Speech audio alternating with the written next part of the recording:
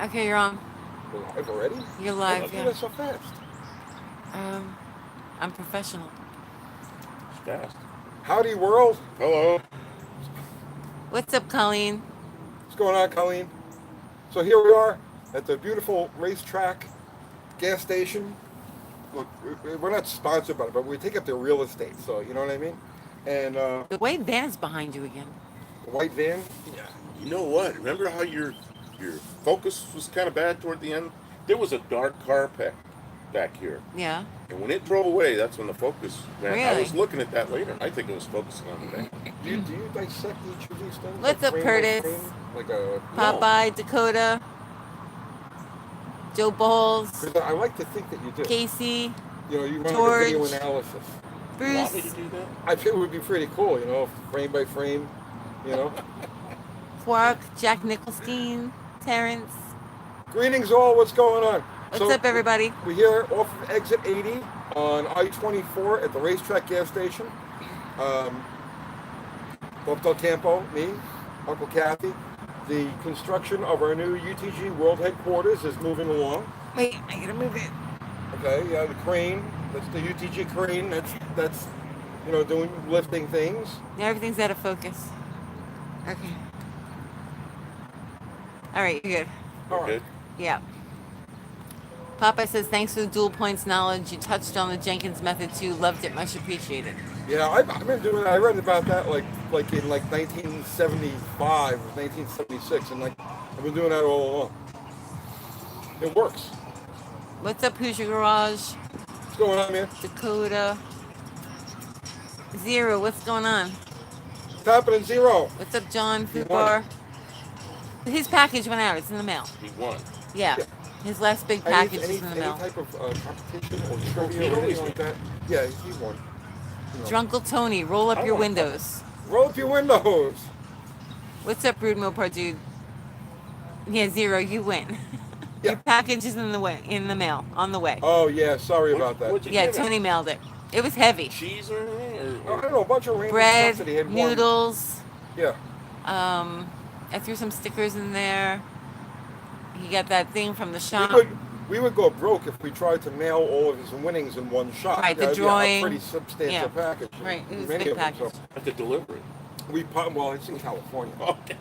So we pile Zero's winnings up and send them all All at once. Yeah, in one shot.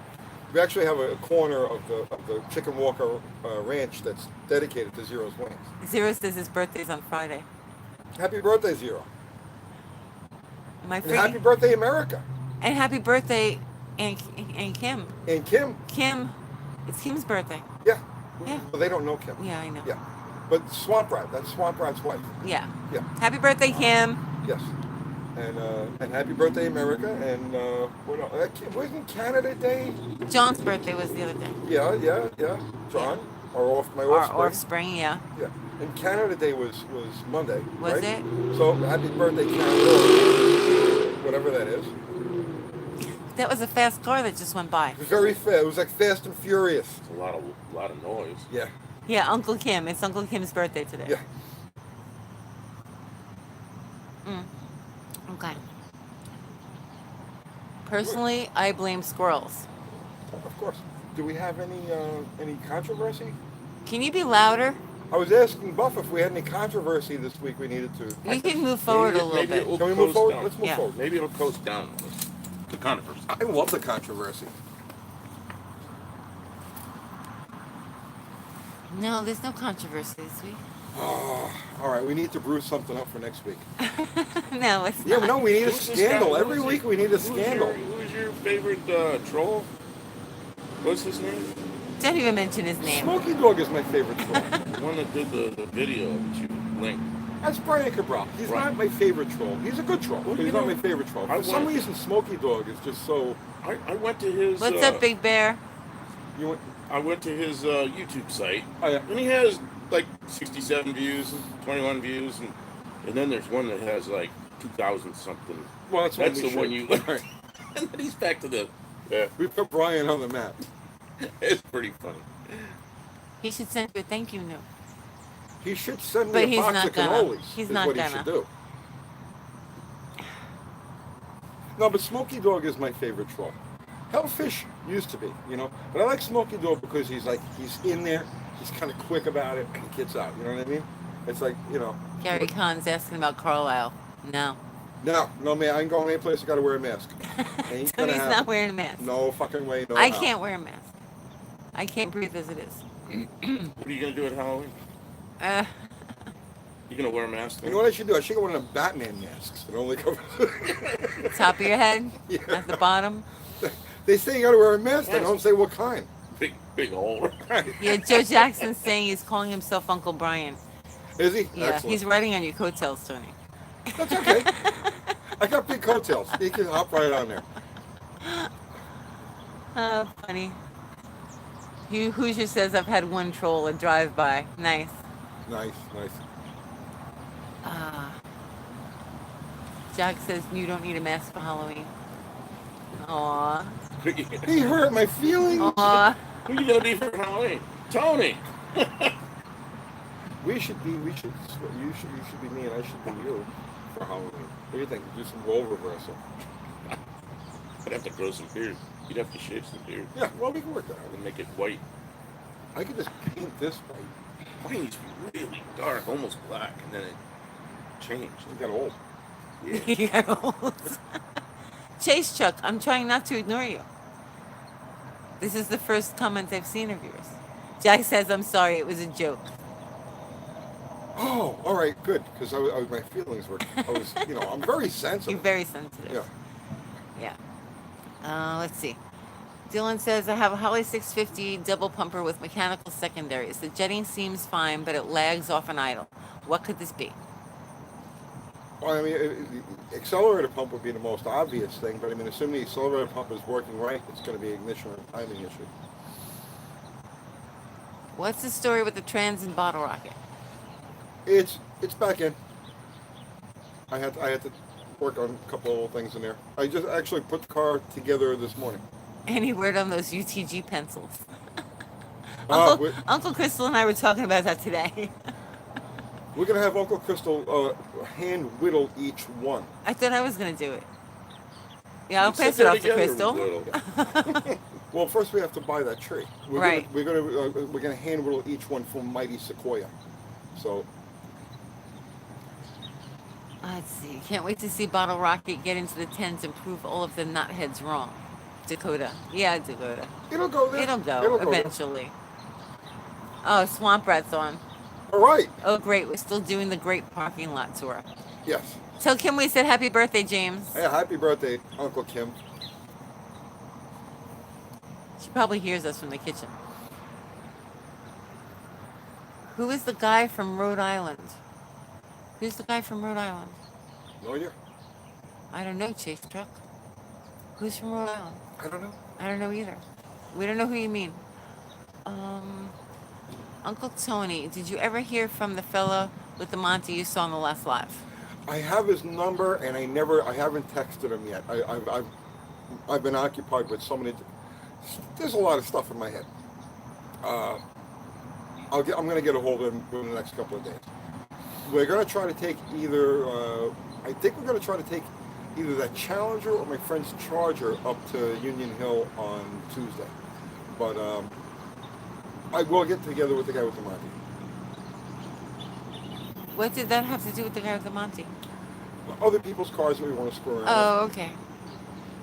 Mopar Den. Oh, did you get the paper from Mopar Den out of the back of the car? with. No, it's still there. Ah, you gotta It's take still it there. out and bring it to me. All right, well, I can't reach that far. The car's up in the air. The car's, I can't. I'm not tall enough. You little tiny Tony. Well, yeah. Mopar Den says, if all goes well, my 74 satellite will go live as my daily driver tomorrow. Nice, Now that my congratulations. record and retanked radiator is back. Awesome. Nice. Check out Mopar Den's satellite is on his channel and it's sweet. We have to go to Mopar Den's channel. I can't go to. I know, not right now. We Yeah. will. We will. Unity Motorsports Garage rocks. Very What's good that? channel. Absolutely. That truck is something else, isn't it? You see that truck? Did you see his video editing? It's so much better than what we do. Well, because I have to do it in like 5 minutes. That Ford, that 100. Oh, yeah. Yeah, we went for a ride in that. You went for a ride with it? Get on video. Oh, yeah. Yeah. Ernest says, have you ever worked on a Packard? I've wanted to put one together for some time. I have not. No? I have not. You know, he gets 16 miles to the gallon with that thing. It goes 1160s in the quarter, and he gets 16 miles to the gallon with it. Mopar That's a big Dense Car's a 36,000 mile survivor, John Milburn says. 74 satellite. Yeah. Brandon wants to know, that was here, wants to know when Bottle Rocket's going back to the track. Probably next week. Probably next Saturday. I'm not sure yet. I want to do a couple of test hits with it over here first. Let's see. I just put it together this morning, and I didn't even fire the motor or anything like that. So it's just sitting there up on the jack stands right now. I want to do some cleaning underneath. It's parts of the car were clean, you know, when we went into it, and now I'm under there putting the transmission, and I'm looking around at all of the spots where there's still like traces of undercoating, and like the rear axle's got all kinds of old shit on it and everything. So I spent some time under there cleaning things up. That's weight. It's weight, and it's just wrong. You know what I mean? A hot rod should not have dirt on it. Chase Truck says, Tony, I need money. Can you help me? No. No, we're doing everything we can to make money here ourselves. I got my hands on, hang on. Let's see. Before I took apart my 68 Ford Galaxy 302, I was getting 9 miles per gallon city. Turns out 4 cylinders lost compression. Yeah, well, that'll kill your mileage.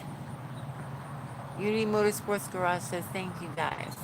No, thank you, man. Yeah, great channel. Great channel, great video, great truck, great guy. How's the turbo slant 6 engine coming along? I have no idea. He came and picked it up last Friday, and I have no idea. I probably won't see that car for a couple of weeks yet. Okay. What's up, Sazian 1? I don't know if I'm saying that right. In Canada. Who's gonna drive Bottle Rocket? I am, I guess. You are? Yeah. Yeah? Okay. Until I can find somebody good and reliable that I can stick in the car. Okay. Let's see. Jerwin wants to know, what do you know about 79 Chrysler Cordovas? Got any info? Please and thanks. Yeah, that's on an FMJ body platform, and they're great. They're great cars. You know those cars, right? That's the last year for that body style, right? 80, 81 were the ones that were real square, and then the ones before that were kind of rounded. Wait, what was the last of the B bodies? 78 was the last of the B bodies. You know, I'm not sure if it's a B body Cordova or an M body Cordova. You know what I saw for sale? What? An 80 Roadrunner. Oh, really? A Valari Roadrunner? Yeah. See, I like the 76s and the Spitfire orange, Hemi orange. Those were good-looking cars. An 80 Roadrunner. It was on Facebook Marketplace. See, I didn't like them when they got into like the 79 and the 80s. There was just something about them wasn't right. But the 76, 77s were cool. What's up, Maddie265? Lorries are getting hard to find. Everything's getting hard to find. Man. Are the chickens in the white van? No, Robert. They're home. They're at Chicken Walker Ranch. At Chicken Walker Ranch. I hate that name. Why? It's a stupid name. Oh, thank you, Mopar Den. For the UTG Daily Driver Build and Uncle Kathy's Garden Fund. Thank you, Mopar Den. We're diving into the Daily Driver this week. We're getting back to it. Now I got Bottle Rocket back together again. I gotta start doing the body work. We got the paint. The paint came. So I've got that, and now I've got mechanically the car is good to go, but I haven't been driving it because I want to get the body work done before I do anything else with it.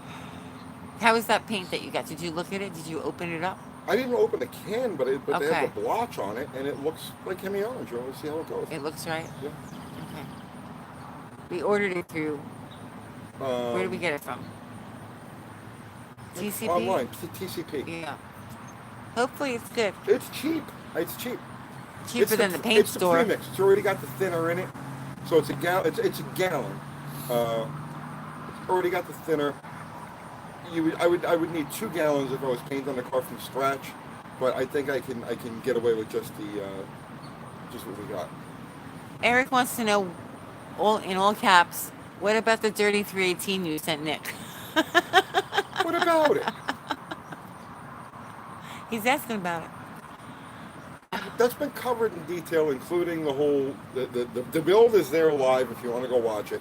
And we did a video on the fiasco. I don't know, I guess about 5 videos ago, 6 videos ago. So go watch that, and then go away because you're an asshole. Your brother says we drove to Florida in a 78 Cordoba and listened to Darkness on the Edge of Town on 8 tracks in both directions. It was a 76 Cordoba. Was it? Yes.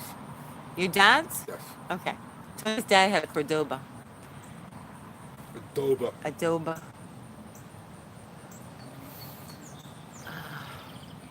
What's up, Need Metal? I don't know what year they went to the downsized version of that. The real boxy square one. Yeah. I think it was 80, 81, 2 years, maybe 82.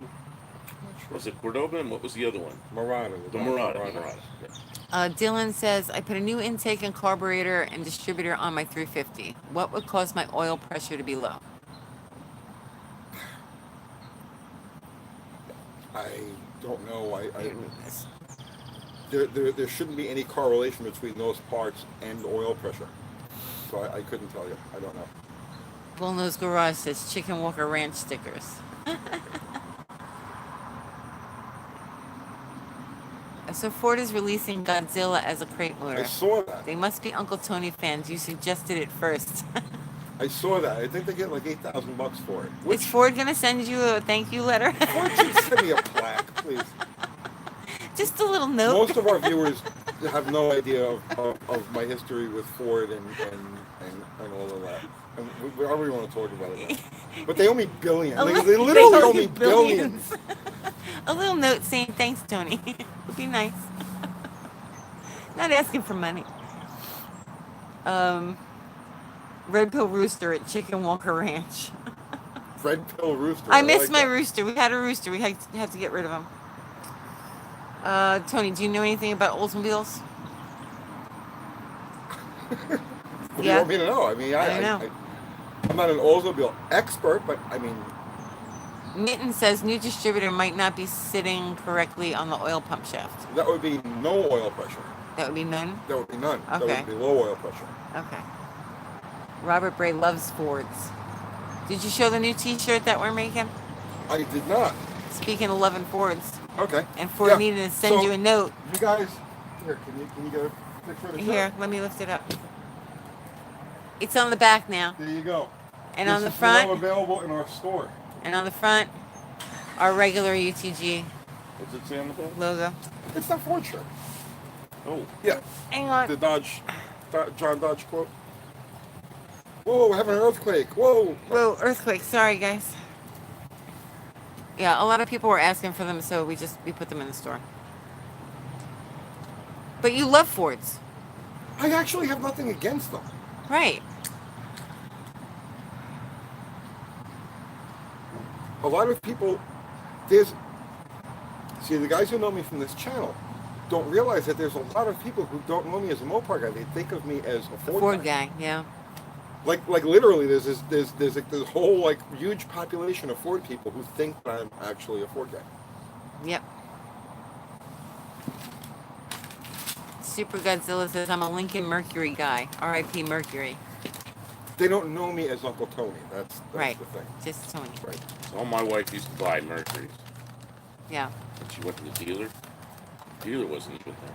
Is that why you divorced her? That's why she started buying Chrysler products. So, are you gonna get one of those crate motors?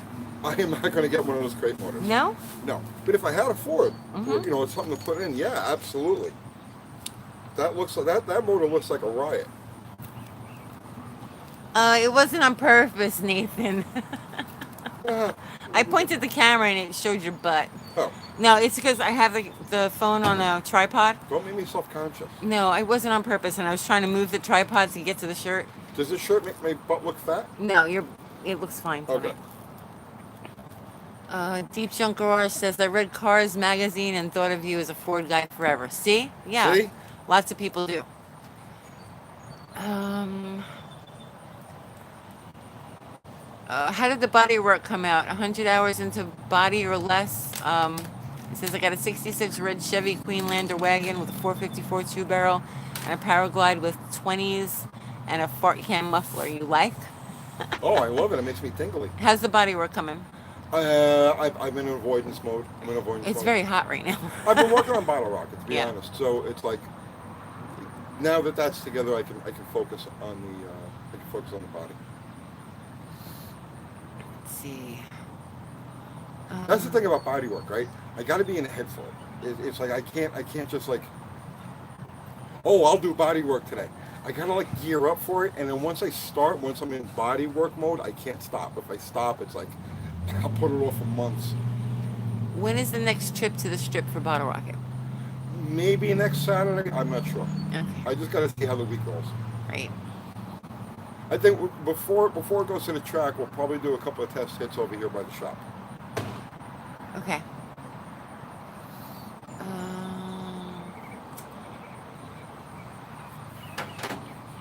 Jonas says, I personally don't care if you're a Ford fan. Oops, where'd that go? It jumped. Ah, I'm trying to scroll back up.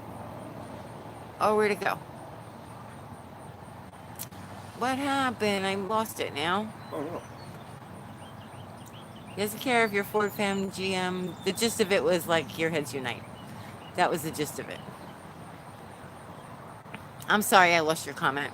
Sometimes the comments jump on me and they all go out of order.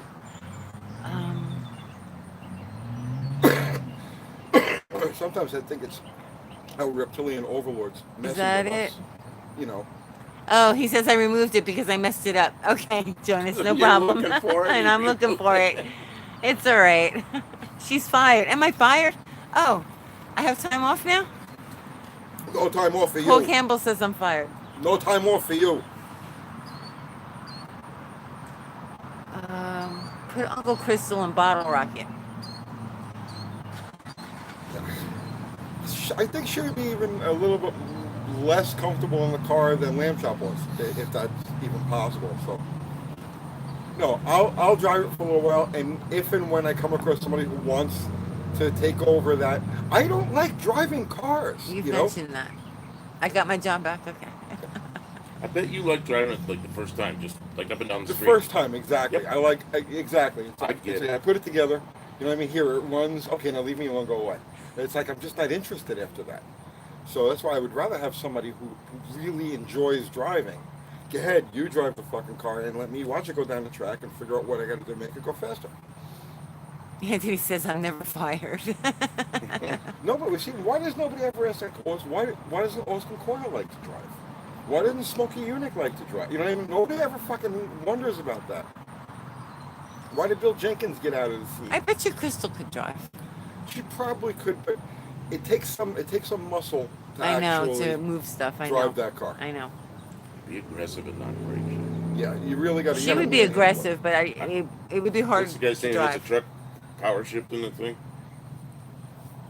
The truck, the Ford. Oh, it's an automatic. That's an automatic. Oh, that wasn't the one I saw then. I saw one guy. I'm like, man, I do that once and I Put Drunkle destroy the Kathy in Bottle transmission. Rocket. You He's wanna calling me drive Drunkle Kathy. drunk with Kathy. I probably don't have the muscle to drive it. Longer stick. Just for the record, none of us drink. Yeah, we don't drink. Just in case there's anybody new involved in this, and Uncle Tony, Uncle Kathy, we right, don't drink. at all. Like ever. Tony's like a NASCAR pit crew chief. Likes tweaking the car mechanically, but not a driver. Nothing wrong with that. I actually dislike driving. See, I don't think people understand that. It's not that I don't feel like driving, or I'd rather see somebody else do it. I actually dislike it. I find it to be a tremendous distraction from the things I want to pay attention to. John says Buff should drive it. Buff is the stuff. You want to drive it? You ready to fucking hammer a I'll break 4-speed it. B-body? I'll break it. I broke it the other night. I know. Robert Bray's asking for your blood type. Why, Robert? I think that's the What is my weirdest. blood type? That's the weirdest question yet. Do I have a blood type? Of course you do. Honestly, It's I RH negative. I don't know what it is. It's not that. It's definitely not that. How do you know that? Because we had to get it done when we got married, and I don't remember what yours was, but yours isn't mine, and Mine it's, is the and better it's not type. negative. It's the better type. Right, I yours have. is better than Yeah. mine. Right. It's better. Yeah. You know, there's different types of blood. I have Oh. the better type of blood. He wants to clone Uncle Tony. Good A luck. bunch of little Uncle Tonys right now. Oh, brother. That's exactly what the world needs. I would go to war with him in You know what Tony asked me the other night, guys? So he's watching TV and he's like, he's a commercial for somebody that's running for office. And he's like, should I throw my hat in the ring? I, Well, there's like, people on there saying that. You're going to Uncle run for Tony's office, president. Tony? I think I would do good. I think I would do good. I was like, what ring do you want to throw your hat in? The surprise party. Right? You know what I'm saying? Because you got the Republicans and the Democrats and the Libertarians. He and we cracks need a me new- up. We need a new Surprise party. The party. surprise party. Oh, brother. Yeah. Uncle Tony for president. Yeah, UT Yeah. 2020. Well, yeah, you can put your name on the ballot. Go ahead. I bet you a bunch of these guys will vote for How him. would you That'd be hot pretty rod? good. The How- guy with his finger on the nuclear button that doesn't drink. Yeah, listen, if Trump doesn't drink. Trump doesn't drink. You know, currently, Putin, I don't think drinks. No, I don't And, think and so. Trump doesn't drink. And this is the first time I remember this. Just remember when Nixon and there were some others presidents? Oh, yeah. They were all. Well, some couple of those Russian guys, I think one of them died from alcohol poisoning. It's that good. Daniel wants to know how you would hot rod the van behind you. Take the windows out of it. They weigh too much. They weigh too much. I don't know. I mean, I'm thinking an LS, what? Big block LS? Or big block? I don't know. Get a bunch of weight out of it. Mike Johnson sent you $20. He Thank says, you, Mike. type ragu. Ragu. Thank you, Mike. Tea Party Tony. Funny Tony. You're crazy. I think that I would make a great. No, you really wouldn't. What do you mean I wouldn't? No, you wouldn't. You don't have You never heard what he patience. said yet. I don't need patience. I need to run the world. No, you don't need to run the world. Trust me. Who's the last president? we Anybody had with that a says beard? that they need to run the world shouldn't run for office. Wasn't it Lincoln? I don't know. I think it was Grant. Isn't it about time we have somebody with a beard? That's right. This country needs somebody with a beard. A president with a beard. Yes. Very important. Oh my goodness. This is where wisdom comes from when you do like this. Oh really? All right, Tony. What's worse, the Gen 3 lifter and cam issue, or Ford 3-valve cam phasers? The Hemi cam issue, I believe, is worse.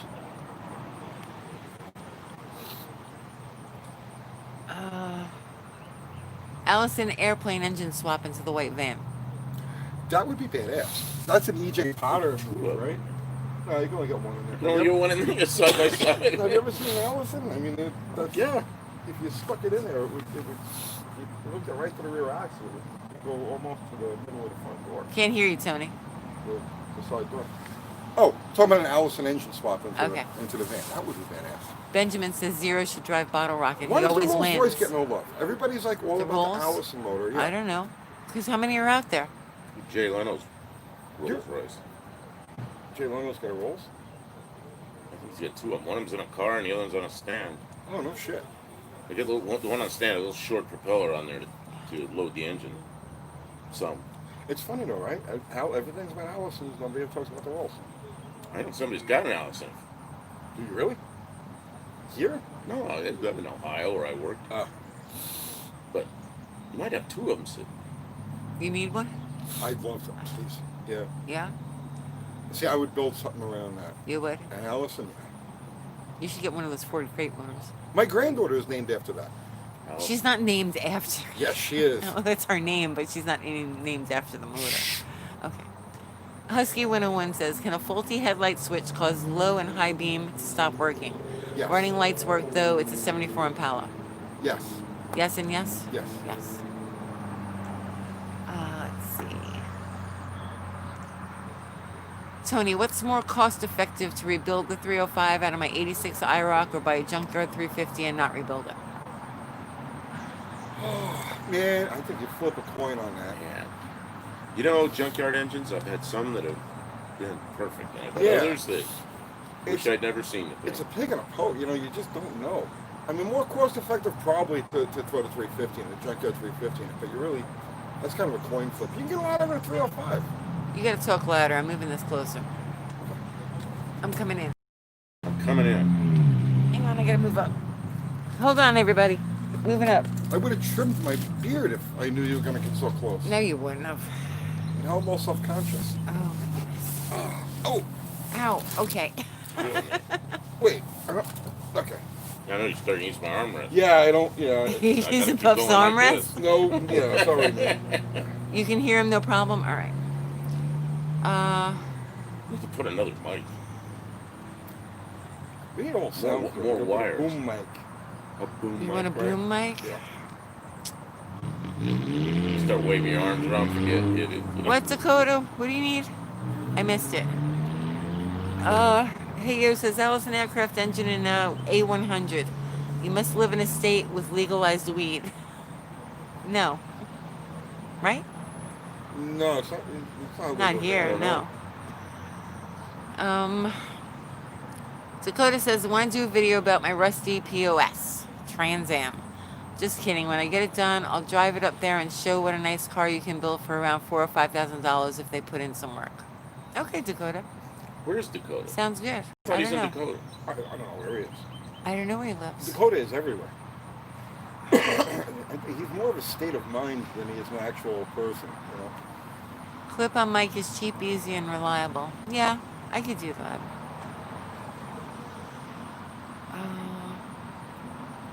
When was the day you stopped street racing? You stopped? I never really.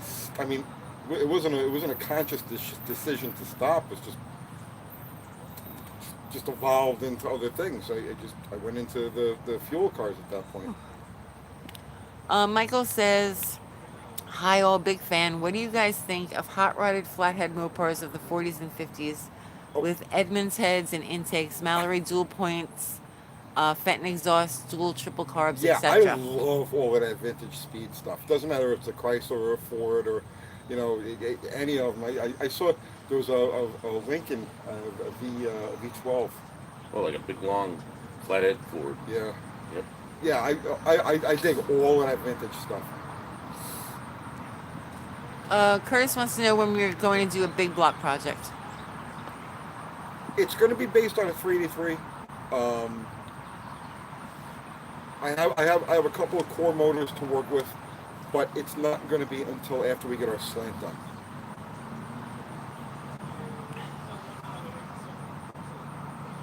Dakota is in Tangland. Okay, John. What? Tangland? Tanglandia. Tanglandia. Mark says, hey, Uncle Tony, Mopars forever, nothing's better. Let's see.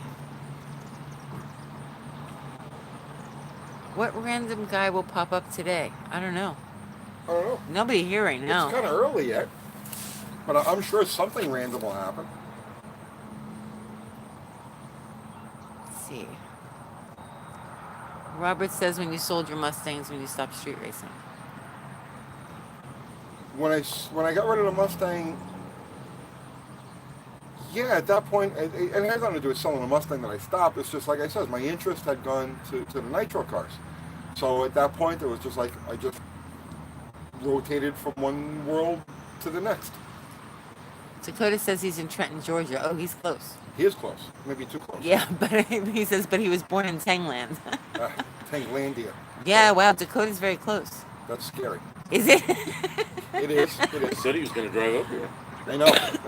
And by the fact he's in Georgia means that there's a possibility he does. It's true. Just remember, we're off of exit 78. Is it On 78? I-20 Yeah, 78. 2 miles away looking for you. Like I said, it's exit 76. Yeah. Oh, Anthony Miro says Cabral said you failed in the nitro world. Oh, cool. Good. Good for him.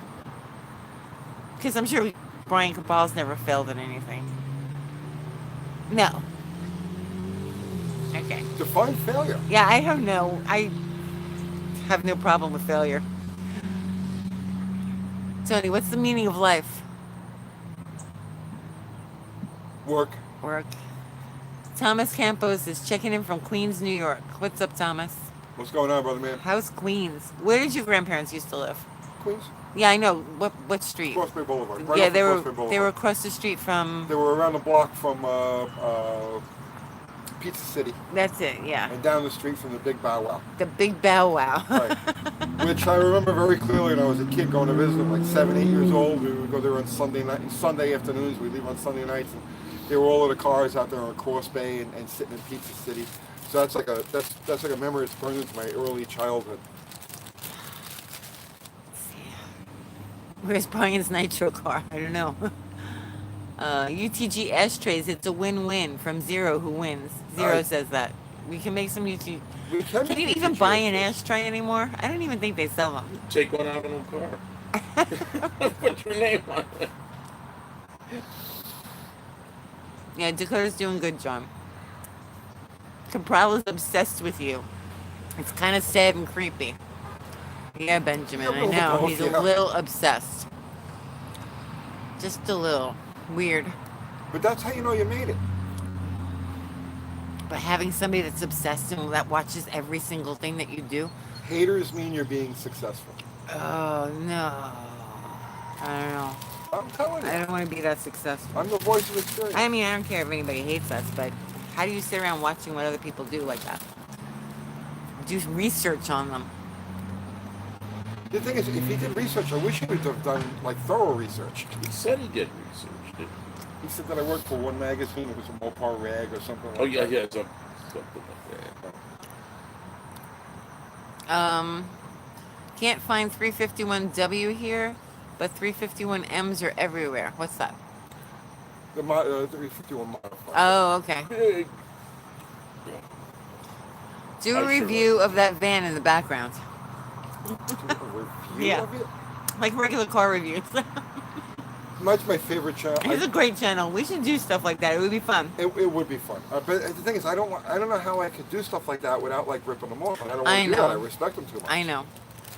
But just because they do great reviews doesn't mean that the rest of the world can't do reviews either, in their own way.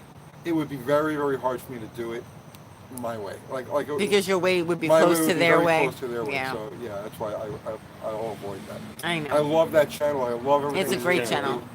Regular car reviews. Oh. I watched it a little. Not Really? much. Not much. Dirty Knob sent you $2. He says, Buff, tell us a Wilford Brimley stunt double story. No? Okay. When I was a little kid when he's around. Wilford Brimley. Yeah. Oh, I remember him. He was Diabetes? diabetes. Yeah. Yeah. He ate nothing but natural foods and everything, and he died young. Yeah. Well, there you go. That's what happens. Is someone sleeping in that van? Maybe they're naked. Go see. John Wilburn wants to know. No, you know what? I think it's the racetrack's van. Yeah. It Yeah. was there last week. Yeah. Maybe they're not sleeping. Maybe it's worse. You noticed that was there last week? That's what the camera was focusing on after that other car left. Oh, okay. See, that's what I went and looked at on the. I went and looked at the end of the video to see what you happened. and that you analyze these things frame by frame. Well, I analyzed like a little section of I it, like to think that you do it frame by frame. frame by frame. I'd still be analyzing. I wouldn't be ready to come here yet because I'd still be looking Online at frames. online system says seeing Tony in an 89 prelude would be pretty interesting to see. Yeah, if I had an 89 Prelude around, I'd be happy to sit in it for you. Zero says regular car review guy gets death threats. Does he?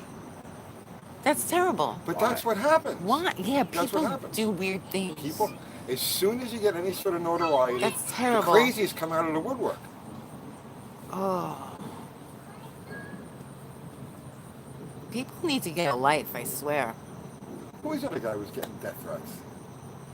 I don't know. We were talking to somebody and they had gotten death threats. A YouTuber? Yeah, A YouTuber. I don't remember who it was though. we got one. I think we got one. Yeah, we got one. Yeah, we got a death threat or two. While Why? we're, yeah. People are nuts. They're 'Cause crazy. People are nuts. Wild Rose Garage says, Tony, you ever run a chain / torque strap on the driver's side with rubber mounts? Yeah, Yeah. Power Rocket. I've got a length of chain bolted between the top ear of the block and the bolt that goes through the K-frame. You ever broken one of those? Chain? No. I had a chain at 351 Windsor in my 64 Ford.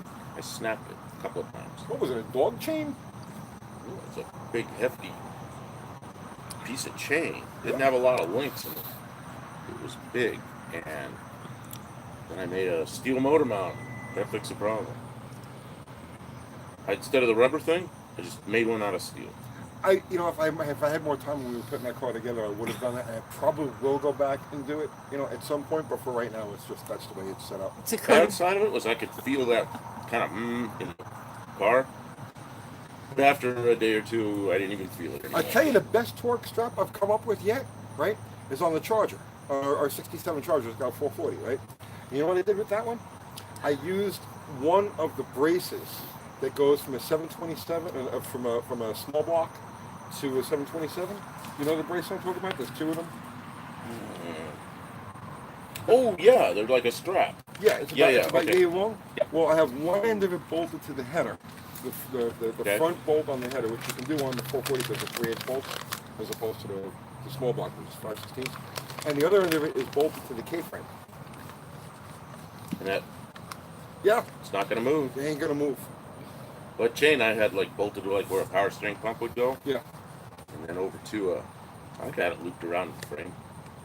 it broke it. Broke it several times. I said that's enough of that. Curtis says, my 440 Magnum used to always break the driver's side motor mount. Yeah, you got to do stuff with me. Chain them on our 68 Roadrunner. I drilled through the mount and put a nut and bolt, so that holds that together. You got to those sandwich mounts. They're not intended to hold up to the kind of stuff we do to them. You know why that chain would break? You get a little slack in it, and then you get a run at it. You know what I mean? I tighten it really tight. That's when I just went to steel. Faye says, say a couple words about the old Mercury Comet. Remember those little lead sleds? Say a couple of words about them. Yeah. Car wheels. Car wheels? Old Mercury, Fomoco. Mercury Falcon. Yeah, Edsel Ford. Okay. Oh, it wasn't Edsel at first. The Comet. Yeah. The first year it was like the Valiant. It didn't have a car name on it. It just said Comet. It's supposed to be an Edsel. Colleen says, post videos of the 440 bracket, please. I try not to do Mopar specific things. Like I use Mopars to illustrate general principles, but we're more of a general thing, So I don't do Mopar specific stuff. You should get a car that's not a Mopar. No, how about we find other people that have cars that are Mopars and we screw around with them? But yeah, I stay away from how-tos that are specific Mopar only, and I only do things that are general and can be applied across the board to everything. Who was it? A family member? Somebody that just got a Nova? Family member that got an over. Somebody. Oh, my neighbor Paige. Oh, She got is an in there. Nova. Okay. That's probably not somebody you're gonna start modifying. Jupiter Mustang Mike says, Uncle Brian is parroting you. It's actually hilarious. Check out his bottle mower project and see if you don't laugh out loud. When I got time. There's a bunch of YouTube videos I got to catch up on. We were just talking about that today. I haven't looked at any videos in the last couple of weeks. So yeah, I'll catch up on all of that. Dirt Bike Man says, is Lunar Outlaws lazy and are you mad at him? I'm not mad at him, no. No. Give me a trick. Let's see.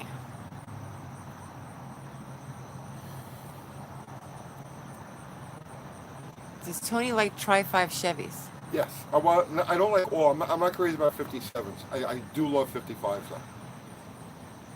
And 56 is like right in the middle. But yeah, I love 55s. Good day from down under. What's up, Cece? He's in Melbourne. When is the Gen 3 coming back for more videos? I don't know. The block is still at the machine shop. I have no idea. And Kiwi can't seem to get a straight answer on when it's going to come back either. So Colleen says, so what? Bow to your viewers about the Mopar bracket. I am bowing to my viewers. I don't want. There are people who tune into our channel that have Fords, that have AMCs, that have imports, that have all sorts of things. And because we have such a broad variety, I am bowing to them by not doing Mopar specific stuff. If I did a Mopar channel, good lord, I could do 3 videos a day and never run out of material. I'd be rich. You know that? Rich. I would be. You'd be rich. I would be rich. But I don't, because our audience is general. So I am bowing to the audience by not doing Mopar specific things. What's up, Barry? Ari, what's going on, brother man? David says, is it true you guys used to fill the blocks halfway with concrete to improve the cooling? It doesn't improve the cooling. What it does is it increases the rigidity around the bottom of the block, the main webbing area. So, but yes, yeah, the half full, 3/4 full, full, where just water only circulates through the heads. All sorts of variations like that. People still fill blocks with concrete. I know somebody with a 440 with max wedge heads and concrete fill block making 850 horsepower, pushing a 3,400 pound car Okay, but almost wait. into the 8s on straight gas. But wait, let's get something straight. You don't actually fill it with concrete. What you're actually filling it with is bowling ball material. What's the other one? The brand name for it is Devcon? I think it's called Devcon. But it's the same material that they make bowling balls out of. It's not actual concrete. So don't go to Home Depot and buy a Saccrete, mix it up and pour it in your fucking block, because you're just gonna make rubble. It's bowling ball material that is actually being used. Maybe do a Mopar month. No. But if you did a Mopar channel, you'd be rich. If I did a Mopar channel, there are so many little tech tips and oddities and things that are like Mopar specific that, yeah, I mean, I could do many videos on all that stuff. But again, I don't want to dilute the channel. I'm trying to expand the channel. I'm looking for Fords to get involved, looking for Chevys to get involved, for imports. I want an import, So it's like we're trying to expand the channel, not contract it.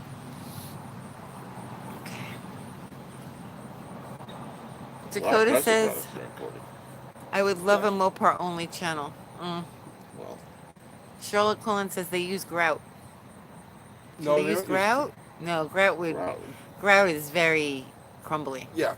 No, none of that stuff is gonna. No, wait. They do use. There is a certain type of grout. It's a rubberized grout. Oh, okay. Okay. Yeah. Not regular grout. It's not regular. It's not like the kind of grout you have a tile floor and you're gonna fill in the gaps. The grout that they're talking about is rubberized, and that's what holds it together. Is it lagging, Dakota? What's your most hated engine?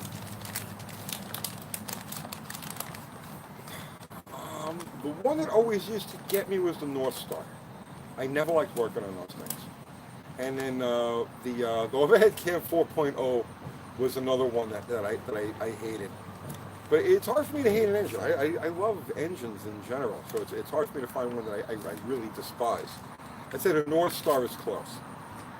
Nathan says, regarding your downside of being a Mopar guy video, did you come up with a solution, or is that video still to come? Well, we use that as the lead into the Hemi Mitsubishi build. A lot of people mention trucks, Dakotas, and whatnot, and yeah, I agree. But I'm not really a truck guy. I'm a car guy. But yeah, I mean, there are some alternatives. But yeah, like I said, our what we're doing with that late model Hemi swap into the Mitsubishi is pretty much the. there's your import. There's my import. Well, no, it's not an import. I want a four-cylinder import. Okay, you want all the running gear to be. I want somebody to come along with a front-wheel drive, 4-cylinder car like a Honda, and say, "Come on, Tony, let's make fucking things happen with this car." And then I am all about it. You have no idea. I'm enthusiastic about finding something like that and getting involved in it.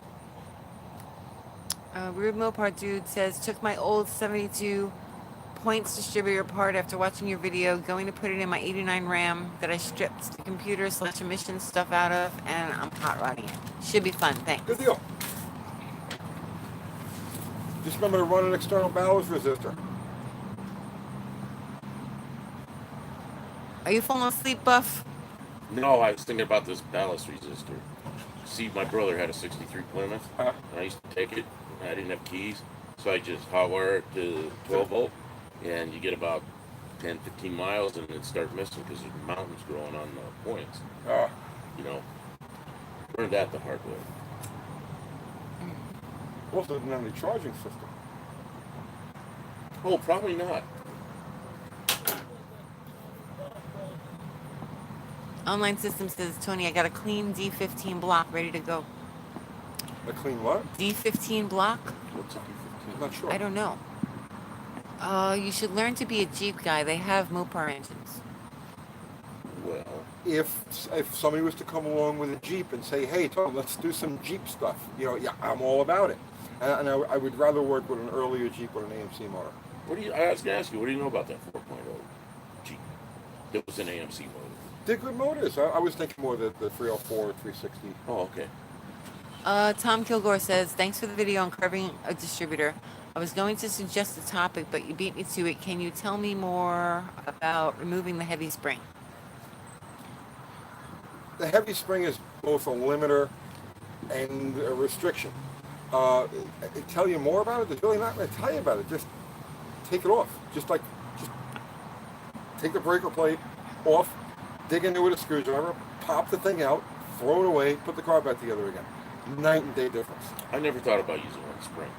I take them out. They had these kits, you know, all these different springs. I used to put lightweight springs in. Well, you see, here's the thing. But I never thought of that. On a Ford, okay, there's no tie bar between the weights.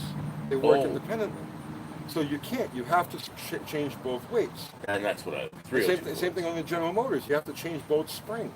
But the Chrysler uses a tie bar Yep. between the weights. So you can take one spring and just throw it away. And the other spring is enough to do the job. Big Dummy.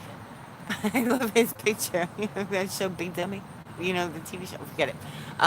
Well, with all due respect, I would love to see some Ford Maverick Grabber stuff. Love the channel. Peace. If I was to come across a Ford Maverick Grabber, you would absolutely see it. I actually happen to love Mavericks. I like them better than Dusters. Oh God, yeah. There's no comparison. I even like one of the 6s. I love them with the 6s. There was a guy named Ack Miller. You remember Ack Yep, Miller? yep. Right? Sure. Built a turbocharged straight six Maverick back around 1970, 1971. That was like it was like a low 13-second car, which at the time was like seriously hardcore. Okay, here's a serious question. Yes. Okay, Steel Bearing Hand sent you $4.99. Thank you. And he says, hey T, I'm a burned out 25-year ASC Master Tech. Huh? I hate my job now.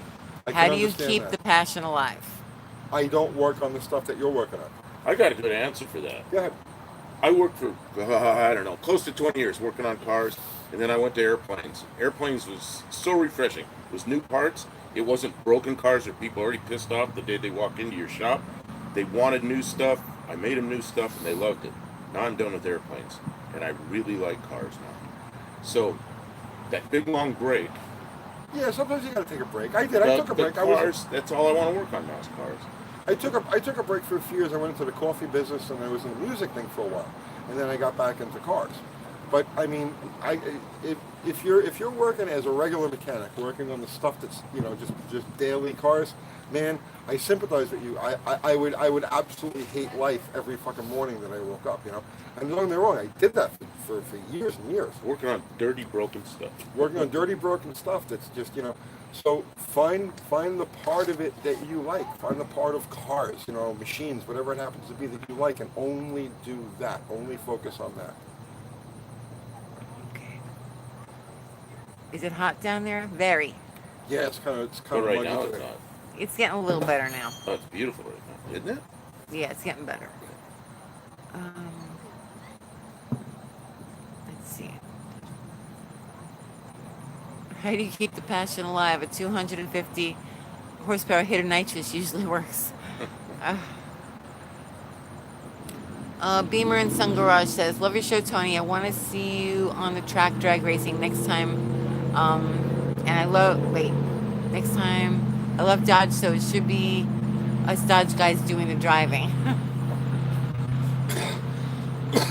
Tony talks with his hands. He does. That's why some of our edits are a little rough. He moves a lot. Yeah, I'm an Italian. That's what we do. We're wired He for talks that. with his whole body. Let's see. Get a Maverick and put one of those new Ford Godzilla engines in it. No. No. But if you want to bring me a Maverick and you want to pick up one of those Ford motors, I will be happy to help you put the thing together and we'll make videos about it. How much is the motor? It's like $8,000. Oh, that's a lot of money. It's not that bad. Considering what you're getting, all brand new stuff, that's not bad. It's not That's bad? not bad at You all, think no. it's good? People, I know, see, it's hard For for you the to understand. average person, It's hard for you to pulling understand. $8,000 out of your pocket for a motor is a lot of money. If you build an engine, you're gonna have that in it or more. Yeah, exactly. You see, you're used to doing things the way we do it. The way the average person, by the time you're done building a typical, Yeah, but you can performance space EV, that you're out. into You it can that space that out over a period of time and just keep throwing money at it in little chunks. That's true. I To agree come with up with that big pile of cash to be like, yo, here, I here's, agree. here's I, $8,000 for a I motor. agree with you. But there's a lot It's of people that harder. have no problem bending the Yeah, counter I part. know. Here, poof, I know. That's scary. Right? If I had see. buffed up Campo's money, Right. I had money, spent it all moving to Tennessee. Let's see. Oh, I'm way behind. Hang on, guys. I'm trying to catch up. That thing will do that. Yeah. Going along, you think you're okay, and you look back. Yeah, and no, question yeah, you saw a half I'm hour way ago. behind. Okay. If I missed a bunch of your stuff, just redo it. Hey Tony, I have a 1986 Ford Tempo with central fuel injection that won't start because the fuel pump only trickles fuel. How do you suggest I fix it? change the pump. The pump is dead. Oh, okay. That's Or it easy. could be a clogged filter too. I mean, that's Could be a unusual. clogged filter. Yeah.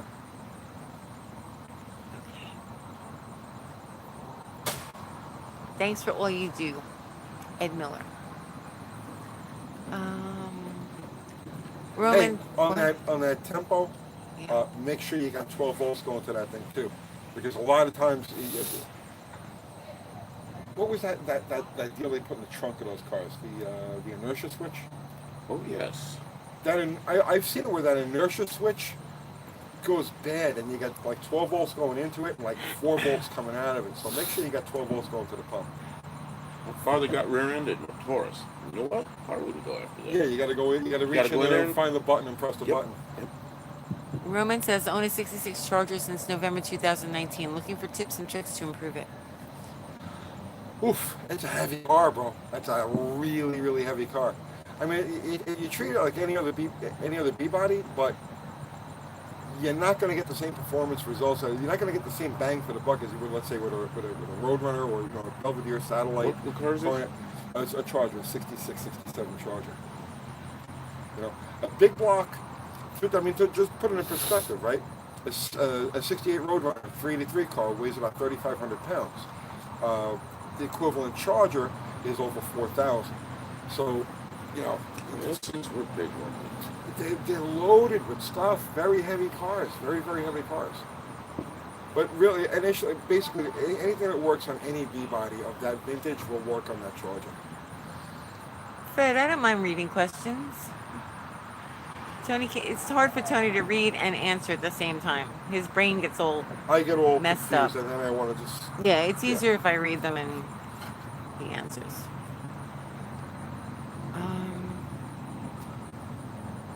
If you live in a market where you can do what you like with cars, only then it's fun. Okay, so you must be talking to someone else. Sorry.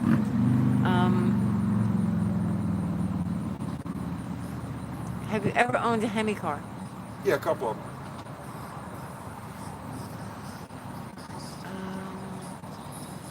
Sean says, I've learned a lot from old Mopar guides about frame and suspension.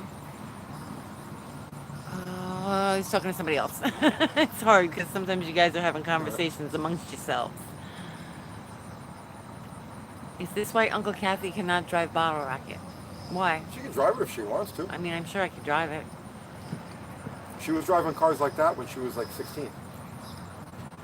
Are you going to restore that 66 Charger you got from Sandy Recovery? Yeah, we're working on it. Restore it? We're gonna make it nice. We're gonna make it nice, but not a restoration. I don't want anything that's quote restored because I like to use the stuff. It'll be a when we nice use driver. It, you know, it'll be a nice driver, but definitely not what you would consider to be restored. I'll tell you right now, I will never. I don't care if I live to be 1,000 years old and I have, you know, billions of dollars. You will never see anything I own in like a show of any sort because while I appreciate that kind of car and I like to look at them myself, I don't want to own anything like that. I don't want to own anything that if a bird shits on it, I get freaked out. It's just not my thing, you know? Crispy says, my new question of the week. When building an engine, how do you select what type of bearings to use?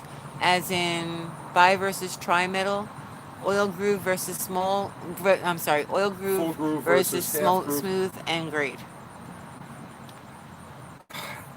It depends on the engine. Depends what you're looking to get out of it. I could tell you this: if you're dealing with anything under, let's say, 500 horsepower, 600 horsepower, it really doesn't matter. I mean, literally, just go to the parts store, get whatever size bearing you need. Don't worry about the composition, nothing like that.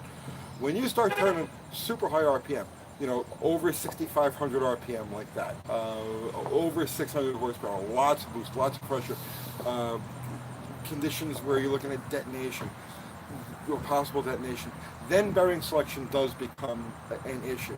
But for the average street strip car, the average guy who's going to make 400 horsepower, let's just say, you know, 6,500 RPM motor, 6,000 RPM motor, don't worry about it. The cheapest bearing that you're going to find at the auto parts store will do the job you need it to do. Let's see. Oops. Hello from Regina, Canada. If you could choose a new car, what would it be? It wouldn't. It wouldn't be if you could choose one. You had to pick one. I wouldn't. I don't. If want you had own to pick anything. one. I don't have to pick That one. Subaru you like. I do like the Subaru, but no, there is no new car I would pick. If there was a new car that I liked enough to like pick one, I would already own He's it. saying if you had to. If I had to, I would have 6 of them. You see what I'm saying? If I wanted one, I would have a whole fleet of the fucking thing. You just can't answer a question. I can't answer the question because there's nothing of the modern era that I want to own. It's Okay. that simple. Vince says, Tony, love your stuff. Thanks for all your knowledge, brother. Thank you. That Vince. doesn't mean that I'm down on those cars, and I fully encourage you to get one. And if you were to bring me one, I'd be happy to work with it, hot rod it, mess around with it, you know what I mean? But I don't want to own anything like that. Does that make any sense? Okay, so what's going on? You made some sort of comment about Mavericks over Dusters. Somebody says, Curtis says, Maverick over Duster comment isn't setting well. What did you say? Well, I don't care if it sets well or not. I think the Maverick is a better looking car than the Duster. Oh, is that what you said? Yeah. See, I don't even know what you say half the time. That's not very... Duster's not my favorite car. I don't The like Duster the way it looks. really isn't my favorite car either. Well, the Duster and the Maverick or the Duster Yeah. and the Maverick and the Nova are, Yeah. and I would rate them visually now. We're talking about visuals, okay? I would rate them Maverick, Duster, Nova. Really? Yeah. Yeah, because my other two would be the Maverick, Nolan, and Duster. Yeah. I don't know. I had that. Now what is it? The Dodge Demon, Yeah. Yeah, 71, Demon. 72 Demon. and I had a regular Dart, '69 Dart at the same time. I always got in the, I got in the Demon a couple of times, but mostly, and I had a Nova at the same time. Yeah. All I wanted to do is sell that Demon, and I did. It just didn't do it for you. Well, some kid had it before me. Jacked up air shocks in the back. And all this kind of stuff. Didn't drive nice. Muskie Elon says, have you been following Gail Banks' YouTube series called Killing a Duramax? The man is a genius in my opinion. Gail Banks builds top-notch parts and engines. Pricey though. I'm very aware of Gil Banks and the things that he's done over the years, but no, I have not been following that series. I'll look into it though.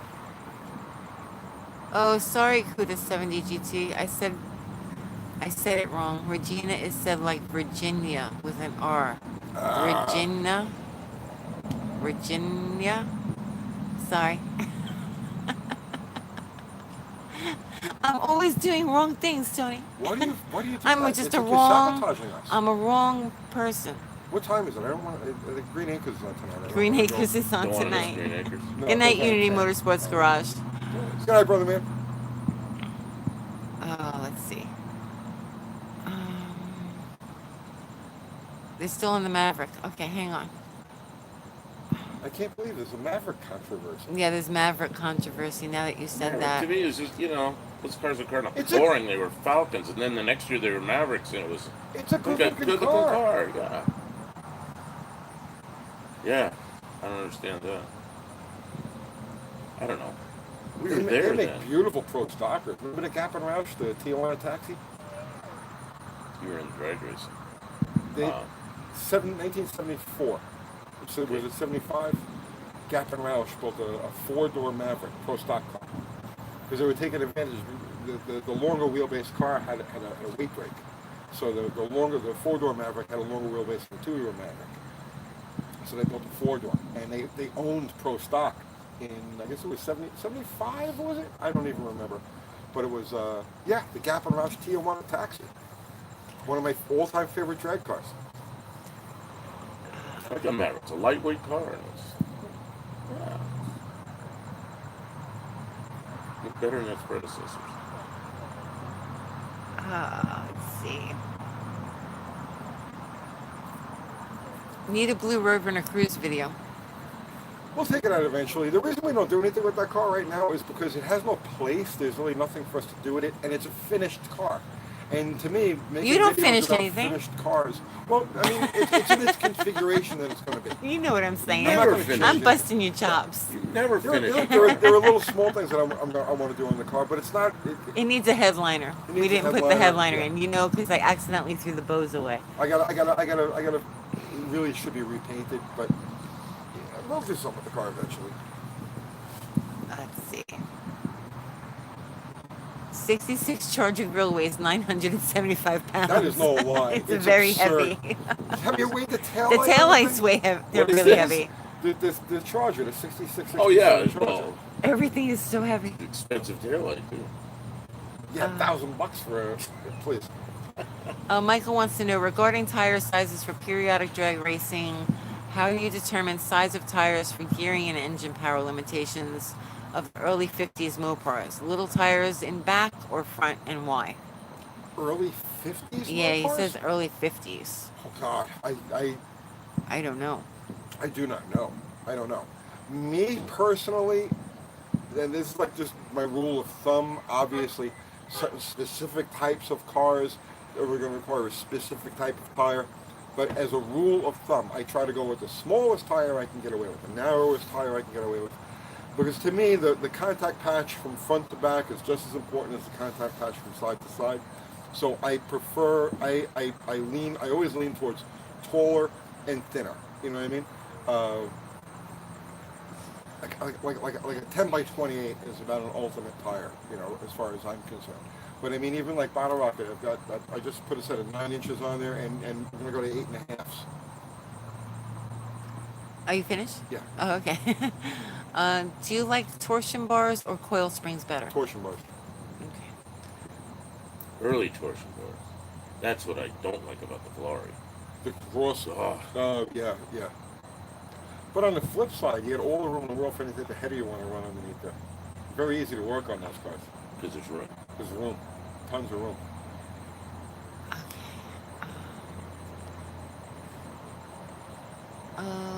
Let's see. The downside is that there's like an extra 50 pounds built into that front, the K-frame with the torsion bars and everything. It's very beefy, and it's in the absolute worst place you can have it in a fucking car. Worked at a wheel lining shop. They worked on all the police cars, and they had that's all they had then. Okay, Hated those Vince things. Cena has a question. Yes, Vince. He's yelling this. Yeah. Yelling. Well, the first line.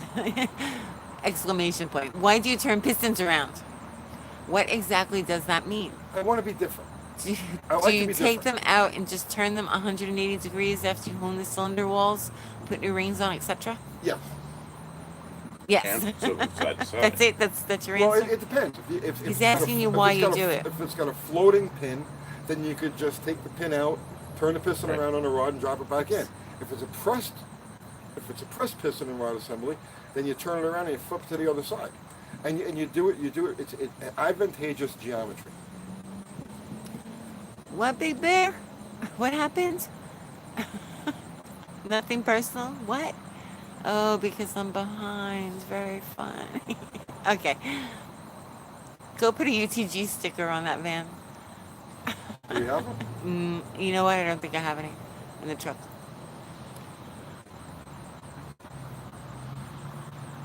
Big Bear's making fun of me because I'm behind in the comments. Oh no. No, I know. And then he says I can't drive Bottle Rocket because I'm always behind. I'll lose. What's that got to do with driving?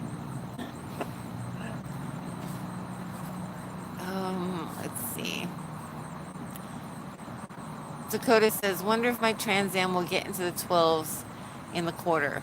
455, 1 3/4 inch Headman headers, gonna port the heads, windage tray, bigger than stock cam, Voodoo 703, recurve, etc. What do you think? Could. Is that what you think? It could. It That's could? what I think. I think it could. Defacing property with UTG stickers. Ryan S. Sorry for the spam, but I have a question regarding paint on a Dart Swinger I'm looking at. Go ahead, Ryan. What's the question? I'll try and catch it. Would you consider explaining in a video how to convert a car to use methanol, nitro, etc. for fun? Methanol is relatively simple. You know, nitro is a whole different animal.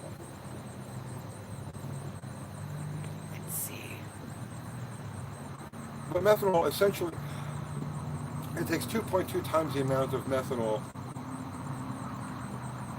Okay, so how would you even phrase this? If you take a gasoline engine. There's fewer BTUs in the methanol. The Yeah, You're lighting going to is need bad. more of it. The air fuel ratio is going to be different. You're going Right. to use a lot of it. And Right. if you lean it a little bit, it gets really hot It does get hot. and it burns the pistons out. Yeah, but yeah, basically, you can take a gasoline setup exactly the way it is, double the amount of fuel going to it. The precise number is 2.2 times, and that's all there is to it. And oil, man, you got to change the oil quite frequently. Why would you want to do that for fun? Well, there is horsepower to be made, Yeah, you know. I get, like the sprint cars.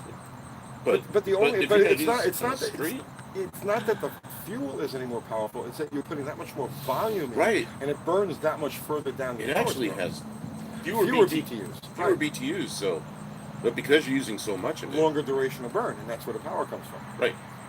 Oh yeah, it's like a high octane, super high octane. I know Big Bear. Big Bear was saying it was a joke, not making fun of you. I'm not related to Brian Cabral. I know Big Bear. I know you're kidding. Are we gonna take Mrs. Landy bracket racing? We don't have time. We should. We should, but we should. really don't have time. We've got so much to do. When are the UTG pencils gonna be ready? Okay, we'll make them. Okay, so Ryan S. Here's his question. Yeah, right. I'm 16 and looking at a Dart Swinger and was thinking of paint for it. Was thinking black with silver flake and black vinyl top. What do you think? It's not my car yet, but soon. Does it have a vinyl top already? Black? No, Yeah. black is really hard, Brian. Yeah, black is beautiful. It's but beautiful. Very, very difficult to get. Black shows every little like ripple, ding, dent, imperfection in the car. So unless you plan on putting a lot of effort, time, money into the finished bodywork on the car, I would avoid black. You know, but I mean that's not to say it wouldn't be a beautiful car. You're on the right track as far as that goes, but it's very, very difficult to do a decent looking black car on a budget. No, 16 and he wants to learn body work. And he can do that. He can do that. He can do anything. Yeah. Because that's a tough job. Good luck with that, Ryan. I mean, you may want to go with like a satin black. That's not as bad as a gloss black. There's a lot of different ways you could approach it, but good luck with it, man. TD Speed Shop sent you 10 Canadian dollars. Love the Thank you. channel, guys. Thank Thank you. Is Buff trying to hold your hands, Tony? No. This No. is my Yeah, but it's armrest, and then you put your arm on it, and then it looks like then I got to move over here. Did I do that? Did You've I done put it. You've done it a couple of times. Oh shit! I'm sorry. Bloomhouse Garage I don't wants care. UTG pencils as well. I just moved. Dakota says, gotta copy and paste your comment 37 times before you get it read. I understand though, these barbaric animals type comments like nobody's business. Dakota, cracking me up. Oh my goodness.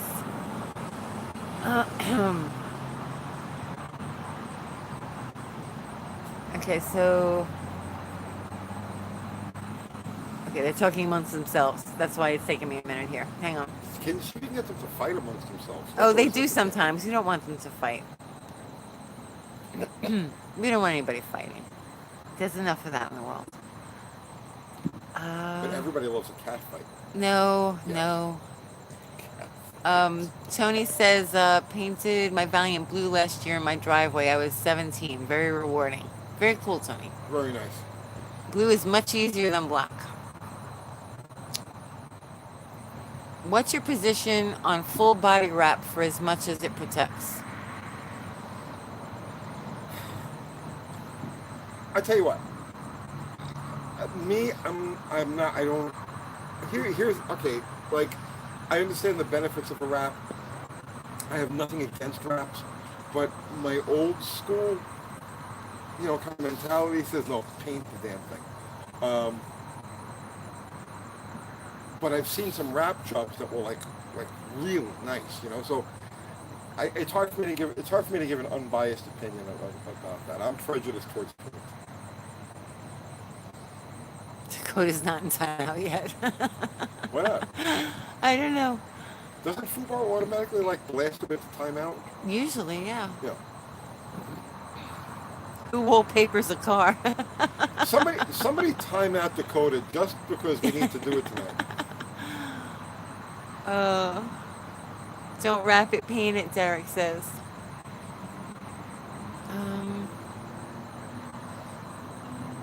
Wraps don't daily. I don't know, do they? I don't know. I don't know. I don't like them. Mine stamps, dirty knobs. Okay, Tony, what kind of paint are you using on the 72 Swinger? It's a single stage Hemi orange. Okay. That's what we used the first time, right? That's what we used the first time. Yeah. But we never waxed it. It faded. Yeah. What's the most... Enamel or what? Dirt Bike Man Vlogs wants to know, what's the most overpriced Mopar? All All of them? of them. Most overpriced stuff is your e-bodies. They're ridiculous. Super Spar 01 sent you $5. I Thank you. just purchased a 64 Imperial Crown Coupe. Ooh. Any tricks to make great power out of that 413? Ooh. You're not going to make great power. I mean, you'll make decent power out of it. Just treat the 413 as a 440. But man, that's a 5,500 pound car. Just so that you know, going in, right? It's like that is a heavy car. So yeah, you're gonna have a hard time making power out of that. How But many... what a Oh, great sorry. cruiser! Don't think of that thing as something to make power out of. Make that's just that's an ultimate driver cruiser, like interstate car, man. I would just restore it and enjoy it. How many coats did we spray on the... How many coats did you spray on the Swinger the first time you painted it? I don't know. You don't remember? You just finished the can, Yeah. right? Yeah. Huh. Somebody's putting this quote in. Tony DeFeo, master of the unfinished project. Cliff Gromer, 1987. Nice. Nice. Did he say that? All of my projects get finished. It just takes time. Well, we don't want to finish them. Well, finished meaning running, driving, the whole 10 yards. Always want to do more. Yeah. Yeah. Then it's boring. Then you don't really want it anymore. There's nothing to do to it. People don't understand this. The journey is its own reward. Right. It's the actual building, the assembling, the masterminding of it. That's where the fun is. Right. You know what I'm saying? That's where the fun is. And I got to be honest. There are times that I'll get close to the end of a project, and I'd be like, "Wait, I don't want to wrap that up yet." And I'll move on to something else, and then go back to it because I that's the part of it that I enjoy. It's like everybody gets something different out of their car. Some people just want to finish a car, get in it, and fucking drive it. I don't care. Once the thing is finished, I don't really want to drive it. It's the actual building of the damn thing that and the modifying of it, or the restoring of it, or whatever it happens to be. That's the part that I get the enjoyment out of. Let's see. I'm very behind again. The new show Unplugged.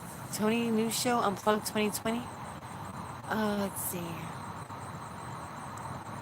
Speaking of projects, the bike. See, I haven't touched it. I haven't. What is baby bottle rocket? I don't know. Kathy, weight transfer story. What are you talking about?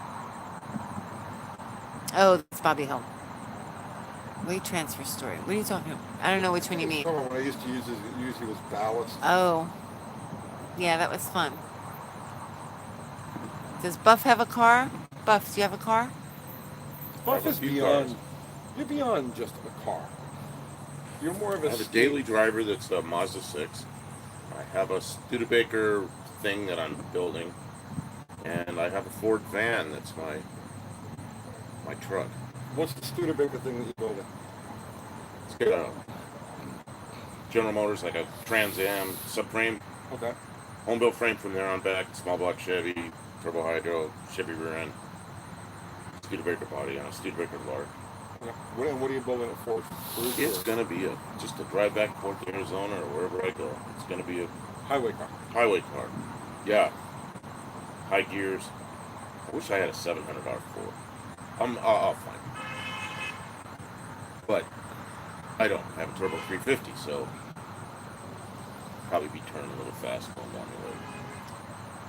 The rear end gears are like 280 something. Tony. Ah, Sand Mountain Ballistic says, do you like crank scrapers or windage trays better? depends on the application. For a street car, definitely a windage tray. For a drag car, a crank scraper. Carlton Johnson says, will you please do an educational video of how turbo intercoolers work? I want to get one. I just don't know anything about them. Well, I mean, I could do a video like that, but there's already like 600 of them out there on YouTube. Just search intercooler how to. I think Cal Banks actually had a very good video explaining how the intercooler works. Corey wants to know if Brian Cabral knows you personally, or did he just come out of the woodwork? He's been like a regular troll for like the last 6 months or so. No, we don't know him. I don't know him personally. No. Never spoke to Talks him. like he knows you. He does, right? Never spoke to him. No idea who he is.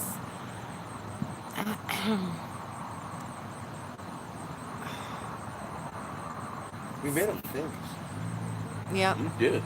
He's got one video that's got a lot of views. Let's hotwire the van behind you. What is this fascination The with this van, they're all into that van. Chevy van back there? It's got the missing paint.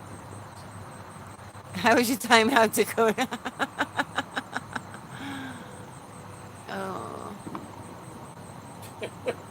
Much of an analysis. Would a crank scraper still perform good on a street car?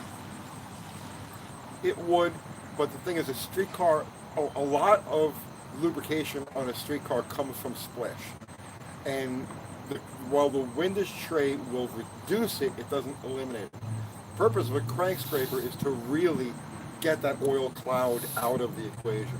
So that's why on a drag car, a crank scraper is a fine idea.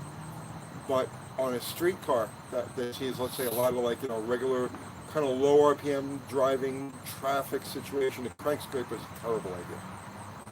Jonathan says, thinking of replacing the rear end of my Fifth Avenue. Is 8 3/4 worth of trouble swapping in? Would I need different springs? How would it sit? I don't know what rear you have right now.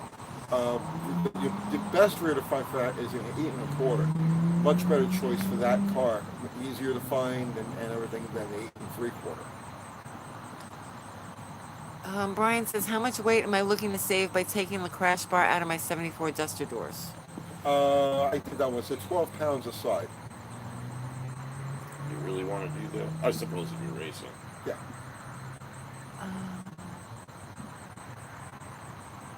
Everyone needs a running, driving vehicle. They can't all be projects. I can't stand all my vehicles being broke down. We'll get out there and work on it. Yeah. Most of our cars run. We currently Yeah, have 12, everything and out of pretty the much 12, runs. there's only one that doesn't have a motor in it.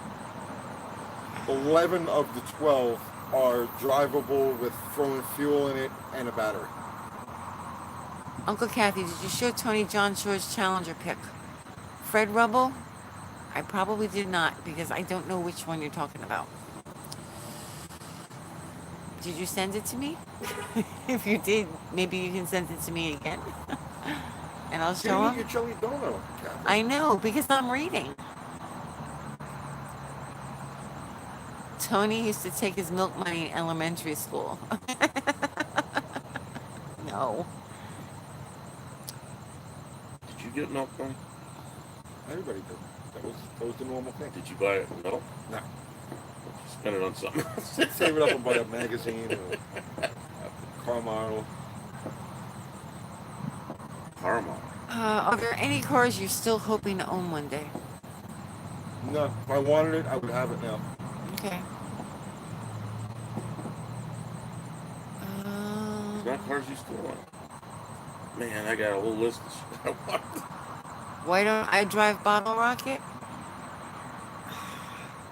I don't know what, because Tony's gonna drive it. I don't It's really want to drive it. I would rather Probably drive it. very hard to handle for me. Not that I couldn't drive it. I probably don't have the strength to drive that car the way it needs to be driven. You're gonna go into 1580? I'm not a big person. I'm not crazy enough to try to go into 1580. Are you gonna limit that? I'm not a daredevil. I'll just take my foot off the gas. Let's see. What's your favorite A-body GM car? I really got to think about that. Man, there's so many of them. What's this? You'll laugh at me. Okay. Pontiac 6000. What's an A-body? Not an 8-body? No, it isn't. What is that? It's one of your intermediates. The 8-body's intermediates. Yeah. Pontiac 6000, front driver. Tony, An what? 80s car. I don't know why I like it. What other cars? Oh, El Camino. Is El Camino an 8-body? G-Body. Well, the earlier ones. Yeah, the early ones. Like a 68. Love 68 Chevelle. El Camino.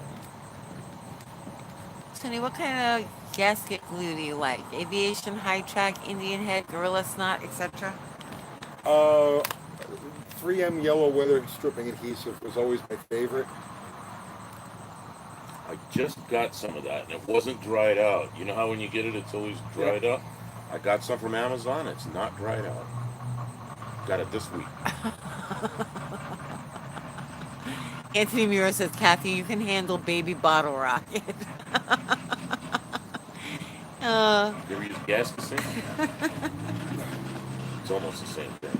Not quite as thick. Oh, but Kathy drove some pretty fucking hard to drive cars in her I drove some childhood. very hard to drive cars. What'd you drive? 70 GTX, 4-speed. That was your daily drive. That was my daily. Did you race? I took it to the track, yeah. I raced once. Tony got mad at me. What'd you race? Well, what happened was I was It's in funny. lanes. I was in lanes to make a time shot with the car, and I had to take a leak. The lane was taking forever to move, and it says, "Watch the car." It says, "If the lane pulls up, The next thing pull you know, the car she's up." Next thing driving. you know, I come out, the car is gone. I'm looking all over for her, and she had actually taken the car out and made a run with it. Comes over screaming at me. How'd you do? I did good. I don't remember what she ran, but she ran faster than I did. Yeah, I did. It was low 13s. But I'm also half your weight. Well, seriously, there's two A bodies. There's the daily driver A bodies, and then there's the good ones. 68 Chevelle. The clutch pedal in that car was so heavy. When I hit it, I was off the seat. Yeah, I remember manual that. steering, manual brakes. Manual brakes, I manual had some steering. ridiculous haze clutch in the thing. That big shifter. Yeah. That my hand would be in the dashboard every time I shifted. And it was slick shifted too, so you had to double clutch it everywhere. Yep. Oh yeah. I'm actually a good driver because of that car. That one was the old clutch and your leg starts to shake. She used to have to brace herself. No, I would hit the pedal and my butt would come off the seat. Yeah. I'm not a What's big the seatbelt person. for? The seatbelt's No. so I can hold the clutch down. There was no seatbelt. No seatbelts. None of my cars ever have seatbelts unless they're going to go to the track on a regular basis. Have you ever worked on / owned any Ferrari or Lamborghini cars? I have not. I've worked on. Never worked on a Lambo. Believe I may have a. Ty's Ferrari. Yeah, I have. There's at least one Ferrari in my mechanical past, but no, I've never owned one. John Wilburn says guy once clogged up the staging lanes at Farmington Dragway when he parked his Monte Carlo and went to take a dump.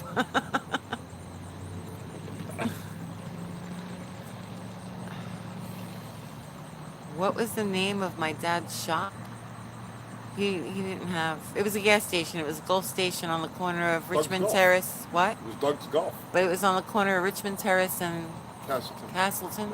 Yeah, Where's that? in Staten Island. Staten.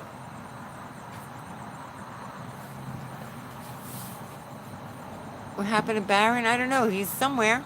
He's not banned. He's hanging with his He's hanging thick stripper somewhere. girlfriend. I haven't seen him in a couple of weeks. Yeah, I know. Let's see. Big stripper. Are the windage trays with the crank scraper louvers any good for a street car? Yes. Okay. Anthony Miro says his uncle owned a gas station. Does turning the pistons around with the piston slap when it's cold It- affect longevity? No, and honestly, they don't make any noise. Yeah, why would that stop? The Set it one- up loose enough, but that's because it's loose. The one in the Charger slaps for like the first, I don't know, like 5 seconds that it's running. And that's just 10 because of where the seconds that pin it's is. running. Yeah, Okay. but I mean, like I swapped them in the 360 that's in the Swinger. Nothing. You start that motor and it's just dead quiet. Yes, we're from Staten Island. Ryan. Shaolin, yeah. That's not what we called it when we lived there. Ryan S., that 16-year-old that wanted to paint the start block. Yeah, right. He says, hey, also for the Dart, I'm thinking 408 stroker. What do you think? Should I just go with a 360 instead? Yeah, I love start- small block Mopars and could go either or. I've built both before for Dakota muscle trucks. I mean, I would say start simple. I mean, you know, the 360 is a great motor to start with. I mean, if you're just bent on building a 408, there's nothing wrong with doing that either. But I mean, you know, flip a coin, man. Chase Truck is correct. Richmond Terrace and Castleton run side by side. They don't meet. I Oh, can't yeah, think of the side street. Richmond Terrace. Richmond Terrace and What's the side street? what's the side street? Castleton is parallel. Right. Richmond Terrace and the hell was I that? can't remember the name of the I side can't street. remember the side street. Crazy, right? Oh man, we were there for a long time too. It was by the potpourri shop. the Potpourri. the Well, potpourri. He was actually pushing weed out. Right, yeah, I know. What is shit. the name of the street, It'll Tony? come to me. Not Clove. No. I don't know. It doesn't matter. Oh, it does matter. Now I want to know. Yeah, but we have other people. I know. Tony looks good in old cars. From the slums of Shaolin. It's a vast wasteland of Shaolin. It wasn't a vast wasteland. It is now. It was a nice place. It is now. Tony, if you change rod bolts, do you need to resize the rods? No. No. Crawling around front lawn looking for tiny pieces of backfire explosion rat roaster intake. Oh. It's Bobby Hill. Rat roaster intake. I left the fuel pump on. I Yeah. had a Hemi with a rat roaster cross ramp. Because most of the rat roasters had the carburetors inline, and this one had them offset like a cross frame. They had a pair of Hollies on there. And I left the fuel pump on. I went in the house to do something, and I got distracted, and this, that, and the other thing. So the pumps were on for probably a good 20 minutes, a half hour. Oh, And it was enough that it was just drip down into the intake for all that amount of time. And I went out to start the car, I turned the key, went wet, boof, and it blew the rat roaster in half. The carburetors like this was sitting there like that. how many Burger gas? Avenue? What's that? Was it Burger Avenue? No, No, not Burger. no. Clove Road? No, not Clove. Lafette? No, Oh, it'll No. come to me. I don't remember. It was a long time ago.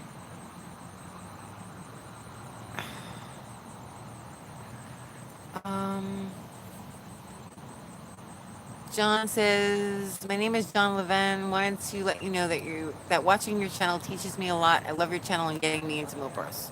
Thank you.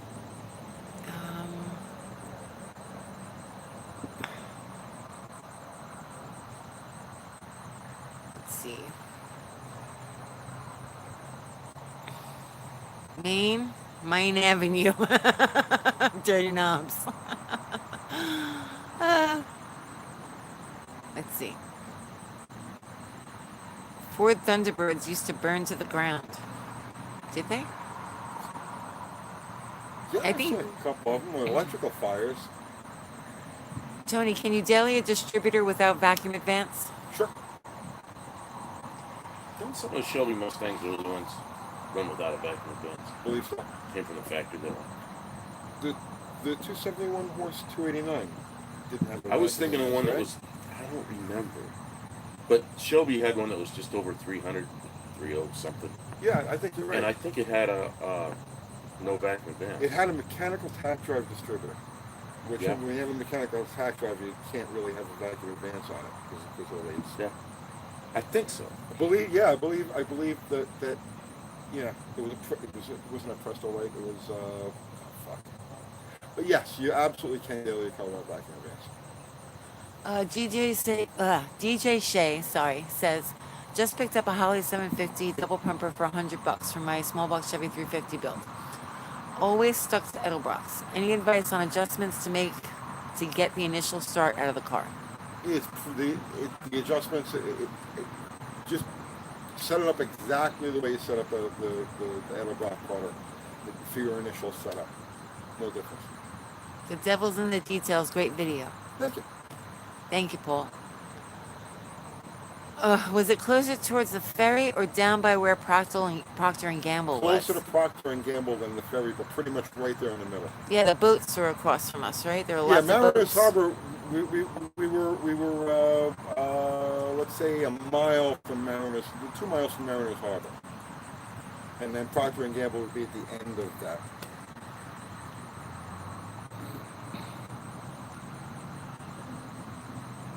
Let's see. Good night from San Diego. Good night, Curtis. Uncle Tony, you're a good guy with a beautiful family and great friends. Thank you. Thank you, Curtis. Ford is first on race day. Anthony Muro says. Okay. Yeah. You're a Ford guy, Tony. I spent a few minutes as a Ford guy. What did your parents do after you stole the bus? Well, No, but Did he they didn't ever even get in know? trouble for it. yeah, it was. No, there was no trouble for it. Yeah, well, I mean, I was at that point in my life. I was always in trouble, so there was no trouble. if Yeah, that he makes any sense. didn't get in trouble for it. Good night, Devin. Devin Decker's on. Good night, Devin. Oh, hey, Devin. Devin, I'll call you in the morning. Mopar Den says, I had to cancel my Carlisle plans. Unfortunately, looking forward to John Wilburn's coverage. Oh, that sucks, Mopar Den. They're making everybody wear masks even outside now. Yeah, I go no place. I gotta wear a mask. That just ain't gonna I happen. can't wear a mask outside. That's not going to happen. I can't breathe. Scott Speed Shop, what's up? What's happening, Says, brother? how's it going? It's going good, Scott. How are you doing? It's Jebediah. Yeah, I know. Jedediah, not Jedediah. Jebediah. um, what was the original timeline for Kiwi's car? Did we have one? Well, it's supposed to be done for the Mo party at the end of September. All right. So, but right now things are out of my control. So, It's at the machine shop. the block is and at the machine crank shop. is at the machine shop. Kiwi's waiting on parts from Holly, the conversion parts to build the mounts and the headers and whatnot. And right now everything is out of my hands. So as soon as I'm updated on things, I'll. You gonna say something? Yeah, I feel like I'm stupid now. What's Mo Party? Mo Party is an event that Holly is throwing at Bowling Green at the end of September, and it's an LS Fest. It's like an LS Fest but for Chrysler people. Okay. Only it's not just limited to like the late Henry. It's a Mopar event in general. It's gonna be the first annual one at the end of September at Bowling Green. The Mo Party. Where is it? Bowling Green, Kentucky. Okay, I mean, like, they have a racetrack or they have a parking lot or Well, what? yeah, Bowling Green. The drag strip of Bowling Green. Okay. Yeah, Never been there. Beach Bend Raceway. You know, Bowling I've Green? been to Bowling Green to the Corvette Museum many times. Okay, well the drag That's strip it. there, Okay. the Beach Bend Raceway is one of the nicest drag strips you will ever see. It's got covered. Yeah, it's very bleachers, nice. See, I got to get into the whole drag racing thing. Oh yeah, it's awesome. Are you going, Tony? Yeah, you're going to the Mo Not if I party. got to wear a mask. No, in Kentucky, I don't think you have to. I'm just saying. I have to get a mask for you that looks like your face and you just put it on. No, I am not wearing a mask. Period. The end. It's just. I wore a mask in a video, right? I saw that. When it was first the started. first started. But I was remember that. trolling it. You know what I'm saying? Oh, It's I not know. like- right. As soon as it came on, I knew what you were doing. Yeah, I was trolling the whole Didn't you have a concept. tinfoil hat? Or I had a something? tinfoil hat on Yeah, also. Big Bear says he has breathing issues and a mask just makes it worse. Yep. I can never wear a respirator when painting. Yeah, it's hard. Oh God. I have Some a of it you deviated have to. septum. I can't breathe as it is. If I put a mask on, it's just, I might as well die. Where you shooting catalyzed paint, you should. That shit'll harden up in your lungs. 672 East Galaxy says, good night, ETG crew. Thanks, Uncle Kathy, for the hat is here, and it's magnificent. He got his hat. Awesome. Tony's not going to Carlisle now. But we're going to go to the Mo party. Providing there's no goofiness. What's those poles and gas stations? Yes, we will. I live in Kentucky, and I don't wear a mask at all. Yeah, I don't think Kentucky has That's fine. mandatory masks like Pennsylvania is right now. I'm just saying, if they change the law, whatever it happens to be, where you gotta wear a mask to get in a place, I'm not going. Zero says, can we get a UTG mask that says, I don't need this? We don't need those stinking. We don't Fuck need this those mask. stinking masks. We don't need those stinking masks. Scott Speech Up says, I'll never wear a mask either. I went through cancer. COVID doesn't scare me. Yeah. Let's see. I worked for When I Jerry have to- Caminino. Nothing scares me. When I have to go in somewhere, Oh Jesus. Oh, geez. Yeah, we don't even have any. that one's got a filter that it's so like a little pocket in there, the filter. So I can go in places.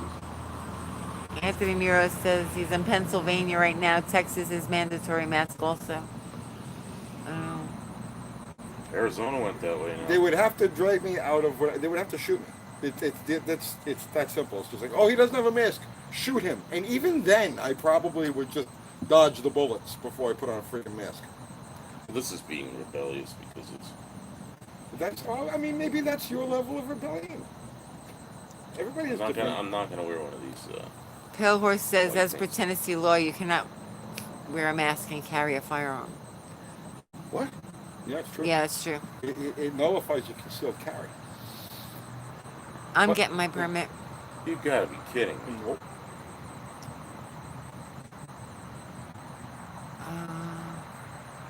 See, don't get me started. Florida is paying people $600 a week to wear a mask. What? That's crazy. What's up, Uncle Buzz? What's going on, man? Wearing pants is a lot more convenient than wearing a mask. Is it, Charles F? Jeez. Oh my goodness.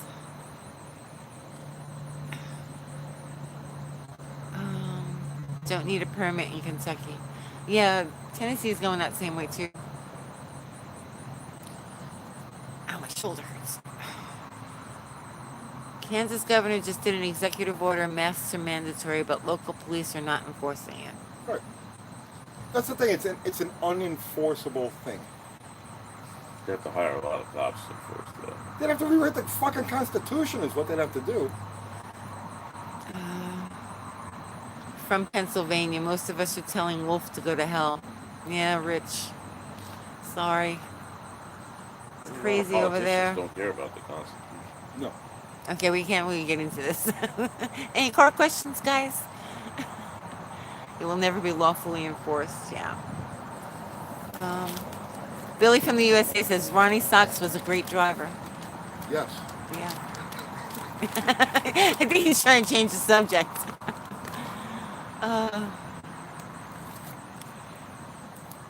Bottom line is, if you want to wear it, wear it. If you don't, don't. That's it. I'm looking for any car questions. Hang on. Can a DeLorean really time travel? Yes. Yes. Jersey Devil versus Bigfoot. Who wins? They're both intradimensional, so I mean it's hard to say. You know, here in this plane, I don't know. Frank Richards wants to know any advice for a 1950 Dodge Coronet Straight 6 with a 3-speed on the column.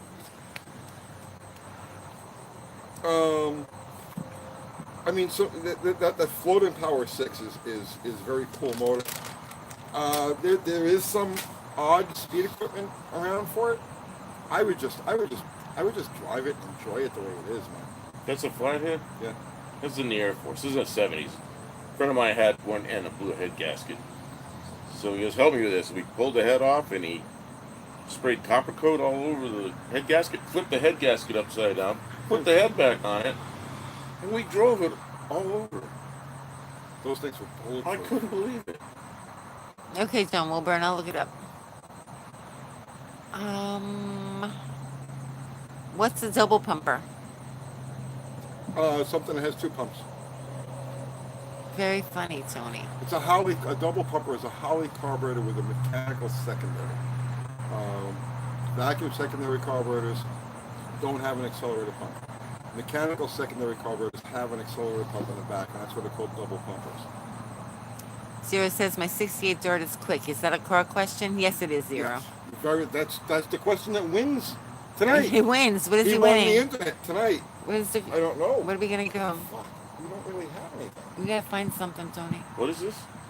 Zero just won. Yeah. With, I don't know. We'll What find was the something for you, question? you Zero. want to send me a donut? You're not going to eat I'm it. gonna eat my donut. My donut's Big huge nobody's donuts. but mine. Uncle Kathy ran 13s because she took a round boy out of the car. Who's round boy? Is that you? I guess. Tony's not fat. Uncle Tony, ever use an Urson bump stick? I mean, I'm sure I've used Urson cams at one time or another, here or there.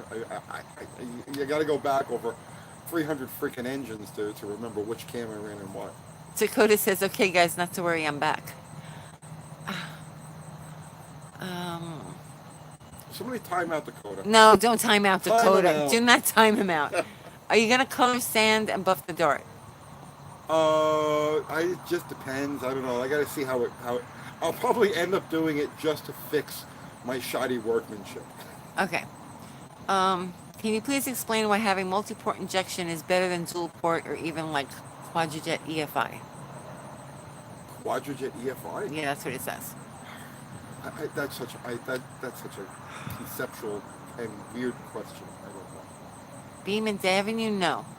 Oh wait, Beeman. What was Beeman? No, it wasn't Beeman Beeman. I had something on Beeman though. But it wasn't Beeman. If I know. somebody says it, I'll recognize Right, it. right. Is it something with an M? I had something on Beeman Avenue though. I think I had a shop for a couple of months on Beeman Avenue. Okay. 920. Just name all the side streets off of the middle of Richmond Terrace. We got to wrap this up in the next like 15, 20 minutes. Good night, Uncle Buzz. Good night, Uncle Buzz. Black walls or white walls? Black. Okay. God, I don't understand that whole white wall thing. They look good on certain cars. I mean, you You know, know, caddies. Could you see, imagine a caddy with fucking? I remember this real well. About 1960, they had these big wide white walls. Yeah. My grandmother bought a '61 Chevy, and they had a little white stripe around it. And then they kind of disappeared. Nothing's cooler than a red line. Oh, red line, 65 or GTO or Mustang or something. Oh, the red line. And then they had this. Oh, I know. And then they had these big letters, and then it just went black. Tony, what are your thoughts on a 727 with a manual valve body with no low bands apply? One of my thoughts. Good. Good? I think good. You think good? Right. Thank you, Fubar. Let's see. My buddy's turboing his 67 Coronet slant.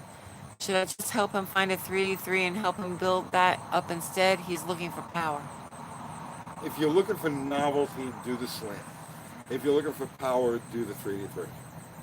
Let's see. Can you daily a welded rear end? I've done it. Yeah, sure.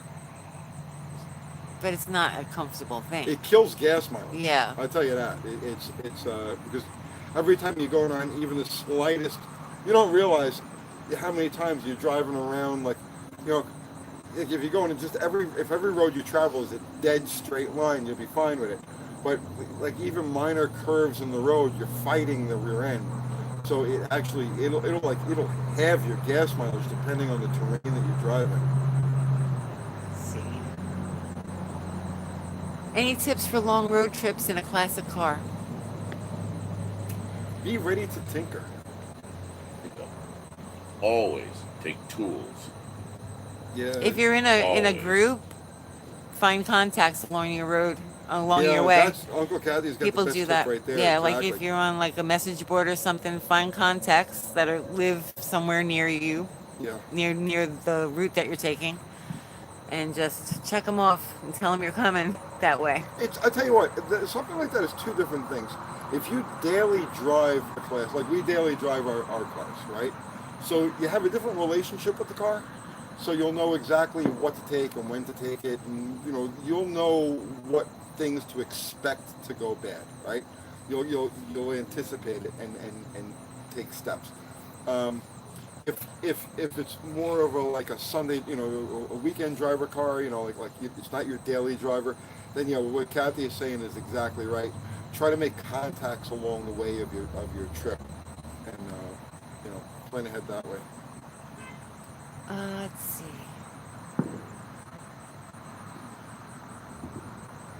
What year is Buff's Lark? 61. Oh, very good year for the Lark. How many 8-tracks do you have? I have none. No, we don't have any. One year. You know, my father died about 2 years ago, and I'm going through all his stuff. He's got a big box of 8-track tapes and cassettes. Nice. I don't know what I'm going to do with them. Give them to somebody. Send him to zero. My son's really into old music, and my grandson. He'll probably end up. Are there any power benefits for Packard steel or copper plug wires or a modern wires equivalent?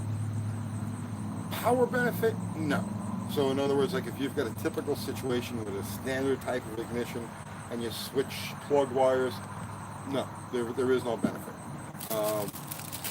If you've got a situation where you've got a high compression, high RPM, boosted application, and you need more voltage to the plug, then yeah, the more voltage than the stock coil is going to provide, then yeah, the plug wires like that will transfer the hotter voltage from the hotter coil to the plug when you need it. Most important auto trans upgrade.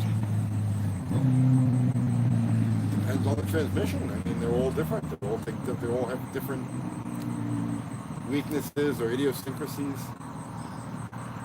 Simonson Avenue? Simonson. Oh God. No, it wasn't Simonson. No.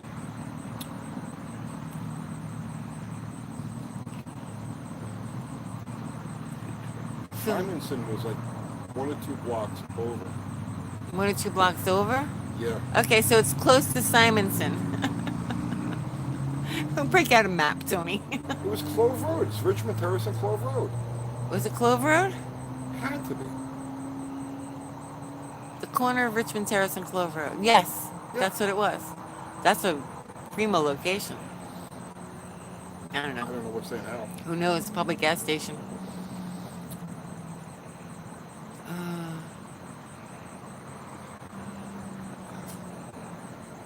let's see. You're gonna have to look that up on Google Earth. Yeah, we'll check it out when we go home. Lugo Brassy says, thanks, great show. Daily driving a 67 Buick Wildcat. Fall in love with the 430. Love that car. Love that engine. Absolutely. 67. To slant sixes, get good gas mileage. I think it would be cool to build a 66 model Dart slant six for a daily driver. Okay. One of the things I want to do, not now. Not now. It's not going to be for a little while yet. Is I want to build a hypermiler. And the I remember that name. well, no, it's not, that's not a name of a car. Oh, It's a, it's like something somebody did. yeah, there's a whole group of people out there who do hypermiling. Yeah, okay? they coast and all this kind of Yeah. stuff. Yep, okay, got it. So what I want to do, in 1976, Chrysler built a version of the Duster and the Dart Sport called the Feather Duster and the Dart Light. And those cars were slant sixes with the overdrive 4-speed transmission like the one we've got in Bottle Rocket, 270 gears in the rear, and slant sixes. And the claim was that the Feather Duster got 38 miles to the gallon on the highway. Now I had one, and I don't remember getting that kind of mileage like that. And I had this back when I was like 19 or 20 Uncle years old. Crystal's asking a question. Is there an older car that gets better on gas? Is that what you're That's talking what we're about? talking about right now. Yeah, okay. So what I'd like to do, we have that 74 Duster, and what I'd like to do is clone the Feather Duster and see if we can get that 38 miles to the gallon that Chrysler was claiming. I mean, I'm going to be completely honest with you. I'm just excited about doing a project like that as in anything that goes quick. That sounds like it should be a fun challenge. Michelle M., I think we figured it out. It's Richmond Terrace and Clover Road. Yeah. The corner of Richmond Terrace and Clover Road. What kind of mileage you get with it, or have you ever checked it with slant six? It's fairly Well, they'll stout. generally get in the high teens or low 20s. Yeah, mine was probably 22, Yeah. something like that. But Chrysler claimed Oh, I remember 38 that. miles to the gallon I on remember that the feather. combination. I remember the Feather Duster. And I want to duplicate that. I want to duplicate that. That was a 225. Yeah. What's going on, Uncle Crystal? Oh yeah, that lady would be That's Uncle Crystal. Uncle Crystal. Tony, when will you start making prank videos? Are we doing that? When you least expect it. All right.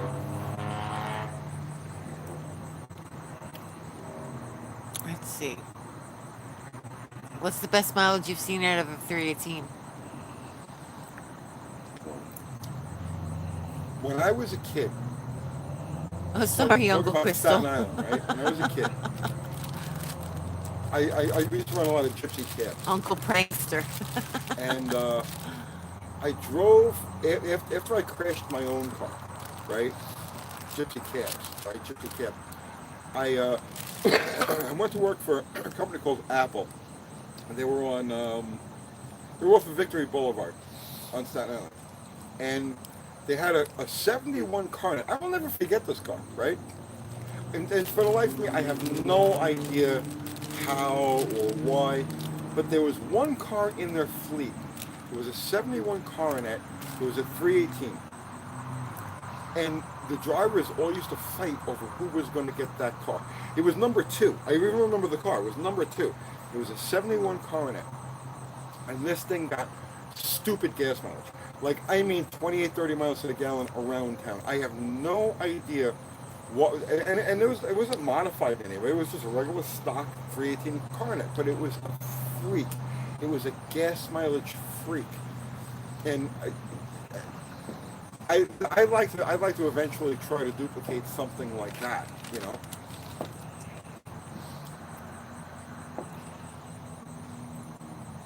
So you're gonna do prank videos? This is a prank video. Oh, okay. The driver is the key to mileage ultimately. That's true. drove from Northeast Ohio to Massachusetts one time to Boston in an '89 Mustang, 5-liter. Right. Had 327 gears in her end, had a chip in it, and the guy would turn it in the 12. But I used it, drove to Massachusetts. I had 31 miles a gallon. Oh, I believe it. Driving along at 55, that's the back lane at 55, and police all over, going across the New York State, what do they call that, the thruway? Yeah. Sitting there with the cruise control on, and I got 31 miles a gallon. I couldn't believe it. Those cars are incredibly efficient. Man. A Colt with a slant 6 would be great on gas mileage. What? A Colt. Colt? Colt. The Tosh Colt with a Slant 6. I think it would probably get better mileage with the Mitsubishi motor. The Mitsubishi, yeah, 2600. Your biggest engine carnage story? You told that one. It's a video. Yeah, there's a video. What's it called? I don't remember. And then it went boom. And then it went boom. Yeah, it's in the videos.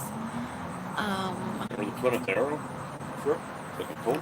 I had one of those. I think it was a 1600. It didn't have the 26. It had the smaller engine. That's looking funny in Huh? history. Oh, really? Is that? Yeah. Oh, yeah. The Plymouth Arrow. I remember that. Fred Fuller That was a says, good oh, run. sorry. Fred Fuller says LPG or CNG conversion.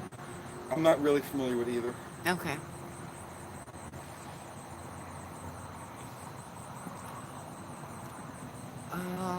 What was your favorite cereal? My favorite what? Cereal? Tony doesn't Um, eat cereal. I never liked cereal with milk. I always liked it dry. And Captain Crunch was probably my favorite. Captain Crunch. Captain Crunch. Fruit Loops. Never liked the Fruit Loops. Captain Crunch, yeah. Captain Crunch is good. No, they changed it. It's much. I tried it recently, like maybe It's within the like- last couple of years. Leave something in your mouth. Yeah, they changed it. It's Yeah. not the same. Let's see. Blueberry. Let's see. They're talking to each other. Hang on. Would you ever consider rebuilding a Mopar Flathead 6 if you came across one? Sure. Yeah, absolutely. Fruit Loops for the win. What's that?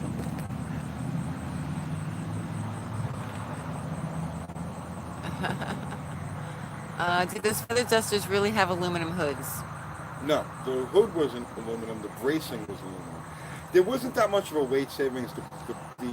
The hood hinges, the door hinges, the bumper supports were all aluminum, and it was a total savings of I think like 50 or 60 pounds. But basically, if you just left the spare tire and the jack out, you'd have the same weight difference. Cahill Smith says, is an 800 CFM Thermoquad a good carburetor, or should one upgrade to a new Edelbrock 800 ABS? They're good carburetors, but they're tricky, and unless you've got a stash of parts, I would say go with the ABS.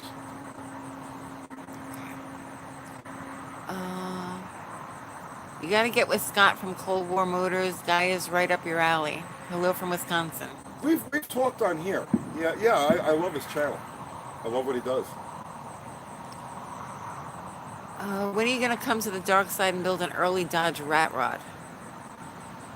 I'm probably not. Well, I daily drive the 60s Dodge Rat Rod. What would be a rat, a roach. Yeah, it's a ratty. Roach Rod. That's what I The, have. the GT is roachy, Yeah, the yeah. GT is like, that's as It's close to bad. a rat rod as I'm ever going to get. And people love that car. Yeah, I know. For you, crazy. 67? Yeah. That's the way it sounds, man. It sounds really good. Yeah. Why does that thing sound so good? Is it 273? It runs good. You should take it Oh, for a ride man. sometime. Craig Davis says, I think the Hang 10 darts are cool. It's a 273 that thinks it's a 340, and you can't convince it otherwise. What cars were acid dipped in Mopars back then? Well, obviously the altered wheelbase cars. There were a bunch of different race packages back in the day. The altered wheelbase cars were the only ones that were completely acid dipped, where they dropped the whole unibody. Those are the ones that were built at Amblewagon. Other cars had chemically milled componentry on them, but they weren't completely acid dipped. Curtis Randolph says, I think feather dusters have aluminum bell housing too, right? They all did. Okay. They all did. Does the 273 still have a whiplash? Yes, The car runs really good. that car is astounding. Yeah, it runs You really know, well. It doesn't have. Well, it's got no gear in it. It's got 294 gears, so it doesn't have a huge amount of bottom end. It'll spin the tires, not really like uncontrollable wheel spin. It'll spin the tires, but midway through first, it picks up at around 2,500, 3,000 RPM, and it just sings all the way to like 6,500. It thinks it's at 340. Messerole Avenue? No. What did we say? Clove Road and Richmond Terrace. Pretty sure it was closed. Clove Road and Richmond Terrace. Corner of Clove and Richmond. Most historically important Mopar car. Most historically important Mopar car is the 1960 Valiant. Okay. You gonna do a video on that? I should. You should. I should. Man, I like this car. Most people think they're ugly. That is I love them. road toads, from a historical standpoint, right? You look over the whole world of Chrysler cars. The one that had the most profound effect and forms the foundation for everything that we know as the classic era Mopar, the 1960 Valiant is absolutely the linchpin cornerstone historic car. What? The Because unibody, the slant six, and the first day. Everything we know as the A, B, E body, C body Mopar, Structure. everything we know stems from that car. That was the Genesis car. Can you use an RV kit if you change your torque converter? Yes, but you're kind of defeating the purpose of using an RV cam by putting a lucid converter in. Let's see. Just to be clear on that, you use an RV cam to increase bottom end torque. You put a higher stall converter in to take advantage of mid-range and high RPM torque. So by combining an RV cam with a lucid torque converter, you're kind of like canceling out the benefits of either. Do you know what made the Feather Duster get such good gas mileage, or was Chrysler fibbing a little bit? I do not know. I had one I worked for a car dealer, the mechanic for a used car dealer. I think it was Patty DeMuzzo. He was on Castleton Avenue, and we picked up a Feather Duster at whatever the auction was. I forgot what the auction was. We picked it up, and I used that as my daily driver for about 4 months. But I was only like 19 years old, I think, 18, 19 years old. So it was still a relatively new car. So I didn't dissect it. I wasn't really paying much attention to it. I was more involved in roadrunners and stuff like that. That's what my head was at. So I never dissected it. I don't know exactly what it is they did with that car. But I am going to look into that because I'm very fascinated by it. Billy from the USA says my 79 Mustang would get 30 miles per gallon. Yeah, I can see that. But remember, that's a Fox body. It's a lighter, smaller car, and you would expect it to do that. You wouldn't expect a traditional A-body Mopar with a slant six to get that kind of gas mileage. And that's what makes the Feather Duster thing so interesting to me, so intriguing to me. And I am definitely going to do some research on it once I get past the current things. Michael Schmidt says, in a heavy car, is there any benefit to using an aluminum flywheel? Or better yet, how does one determine whether or not to use an aluminum flywheel? No. In a heavy car, you use a heavy flywheel. Lighter car, you use... The heavier the car, the heavier the flywheel you want to use. What's up, Dickie Farley? Thanks for showing up. He says he's late, but he's here and he gave a like. We gotta cut it off soon. I don't want to miss Green Acres.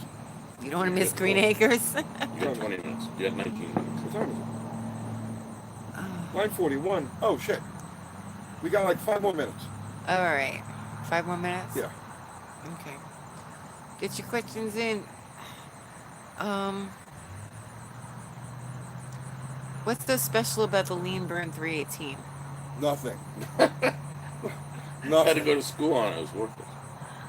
God, what was that? 1980? Oh, Lean Burn started in '76. 76? Whatever year it was, we all had to go to Chrysler dealer and sit there for a seminar. It was terrible. Any opinion on the Australian Mopars? The 6-cylinder Hemi seems cool. I have no experience with them. We never got any of them here in this country. But from everything I've heard about them, they seem to be outstanding. How would you build a Chevy 305? How would I build one? Yeah. You know, you'd think a small bore motor like that, you would think the 305 would be a higher RPM motor, but it's not. It actually has more of the architecture of a torque motor. So I would try to focus in on mid-range. I would choose cam, headwork, intake manifold, carburetor, all of that to work in, let's say, the 2,500 to 5,000 RPM zone. That, I think, is where that motor would be happiest. Can you explain the Chrysler lean burn system? Nobody can explain the Chrysler lean burn system. Chrysler couldn't explain the lean burn system. What was it, 18 to 1? 18 to 1. Oh, the Air fuel fuel? ratio? I think that's what it was. Yeah. Yeah, okay. Just think about that and how that engine's going to run, no matter what you do. It's going to struggle. Don't clutter your mind with lean burn stuff. It's going to struggle. Zero says, thanks, boss, for giving me the win and sending me stuff. Will make my birthday on Friday fun. His birthday's Friday. Happy birthday, Zero. Happy birthday, Zero. Maybe we'll do a live for Zero's birthday. On Friday? Yeah. Okay. He'll win all the stuff.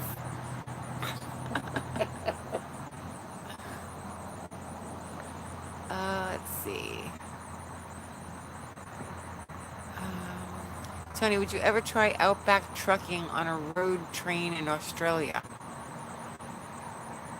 I have no idea what that is. It you sounds see adventurous. Semis sometimes with 2 trailers. They have like 5, 6, 7 Yeah. trailers. What's up, Robert Galvin? And what's Tony's opinion on exhaust cutouts? Leave on or take off if the car already had them? They're pointless to me. I don't see them as Any recent work on 446 pack versions? I don't know. I'm talking to you. Let's see. The one I look forward to you doing is a multi-carburation that you're going to do. any. But I know there's too many other projects. Yeah, I but when you get gotta to work it, through. when you get to it, I'm looking forward to that. I gotta work through what we got. Let's see. What I'd really like to do for this channel, Easy there, Tony. if I live, Oh my gosh. You better What I- put a mask on. what I would really like to do for this channel is have a mule car, which is something I don't have right now. Okay? Each of the cars that we have has a specific place in their life, right? So I don't want to just mix and match components and do things, you know what I'm talking about? Mm-hmm. But I would love to have and cultivate a car that's just a mule, like a rolling dyno. I was going to say, it's like a dyno. Right. Okay. So that we can test different things. We could do comparisons between different carburetors or injection. We could do tests between different ignition systems. We could test different concepts of, engine heat, what's the optimum temperature, so it's like, one of my goals for this channel is to cultivate a mule, a car that's just set up with a mid-range size engine, let's say like a 383, because like, that's about the normal size, right? And be able to just mix and match different components and try different concepts. So the only issue with that, like I said, is right now each of our cars, every car in our fleet has a specific purpose, and I don't want to just take one out of the fleet and say, well, let's just rip this apart and tear this apart and do that and the other thing. I try to optimize each of those cars for its intended purpose. I think that would be easier having a mule instead of working on all of our cars. Absolutely. What kind of Plus, car would you get? Probably a Dart. In Think anybody. so? Yeah. I mean, Dart, Valiant. It doesn't make any difference. Only because they're common, cheap, and light. Okay. And then I would probably use a 383. And the main reason I would use a 383 is because, or 400, doesn't matter, is because it's a common size. A lot of Ford guys have motors in that 380 inch range. There's a lot of General Motors in that 308-inch range.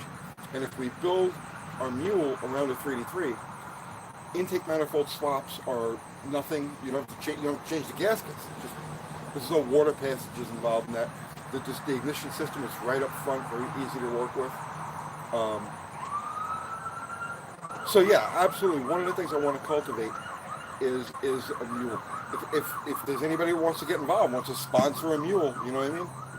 We can definitely talk Sponsor a about mule? that. I don't know. But yeah, I think a mule car, and of course we'd load it down with all of the gauges, so you could monitor every system on the car. Does that make any sense?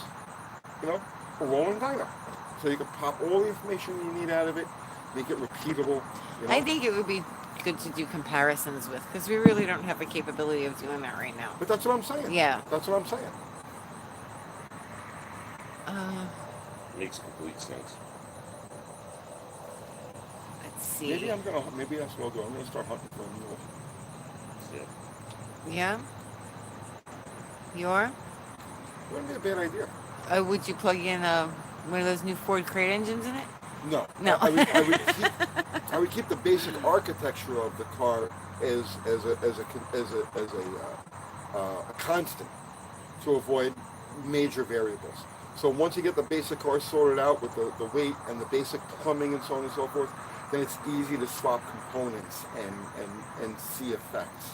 And like I said, it would be we could test concepts that are applicable across the board. Because people are always asking, what about the spacer? What size carburetor? What this? What happens if you advance the cam, retard the cam? This ignition versus that ignition. So if we had a mule, we would be able to do that. Let's see.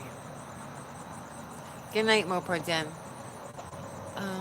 You could repo the 68 Valiant from Toll John. There's your mule now. John Wilburn said that now. Good night, Ryan. Oh shit, it's 9:48. It is 9:48. Yeah. We're 12 minutes to Green Acres. All right. We gotta wrap it up. Yeah, I'm not gonna. What kind of car do they have? It's actually a Mercury convertible. I'm trying to remember. I haven't watched it much. Green Acres, yep. No. Good night. Good night, Online Systems. Mr. Kimball has a bitchin' Bronco. Mr. Kimball? Yeah, He has a Bronco? yeah. Hank Kimball. Oh, okay. Yeah, he has a early Bronco. Oh, all right. I didn't realize that. What channel is Green Acres on? Do we know? We've On got Direct satellite, TV, yeah, it's on Direct channel TV. 323. Okay. You And- even know the channel? Oh yeah, and they run it like every other night or every third night. So Over the air, it's on MeTV, I think. wherever it is, I'm just not gonna. And it's like 4 o'clock in the morning or So something. that's it, guys. We're gonna wrap it up. Uncle Crystal says you have barely enough time to drive home to watch it. I know. That's why we're gonna wrap We it up gotta now. get a lot to get this stuff So- away. Good night, Uncle Crystal. Guys, Good night, everybody Harry. who contributed to Fubar. the super chat, thank you so much. That's what keeps the wheels Good night, turning. John. If you think you might want to sponsor a mule, get a hold of us. We'll get you some crazy exposure. And that's it. John, Harry, Fubar, thank you so much. Zero, I think we're going to do a live on Friday for Zero. Just because Zero. He's going to win a live. Yeah. Yeah. Yeah. And thank you all for joining us. Where we go one, we go all. Yeah. Good night, guys. Kathy's going, no, a conspiracy. No, a conspiracy. I'm a conspiracy nut. Don't worry about it. It's all true. Brother. John Wilburn says he'll help with the mule. So that's it, guys. We're wrapping it up. Good night. Good night, everybody. All right. I love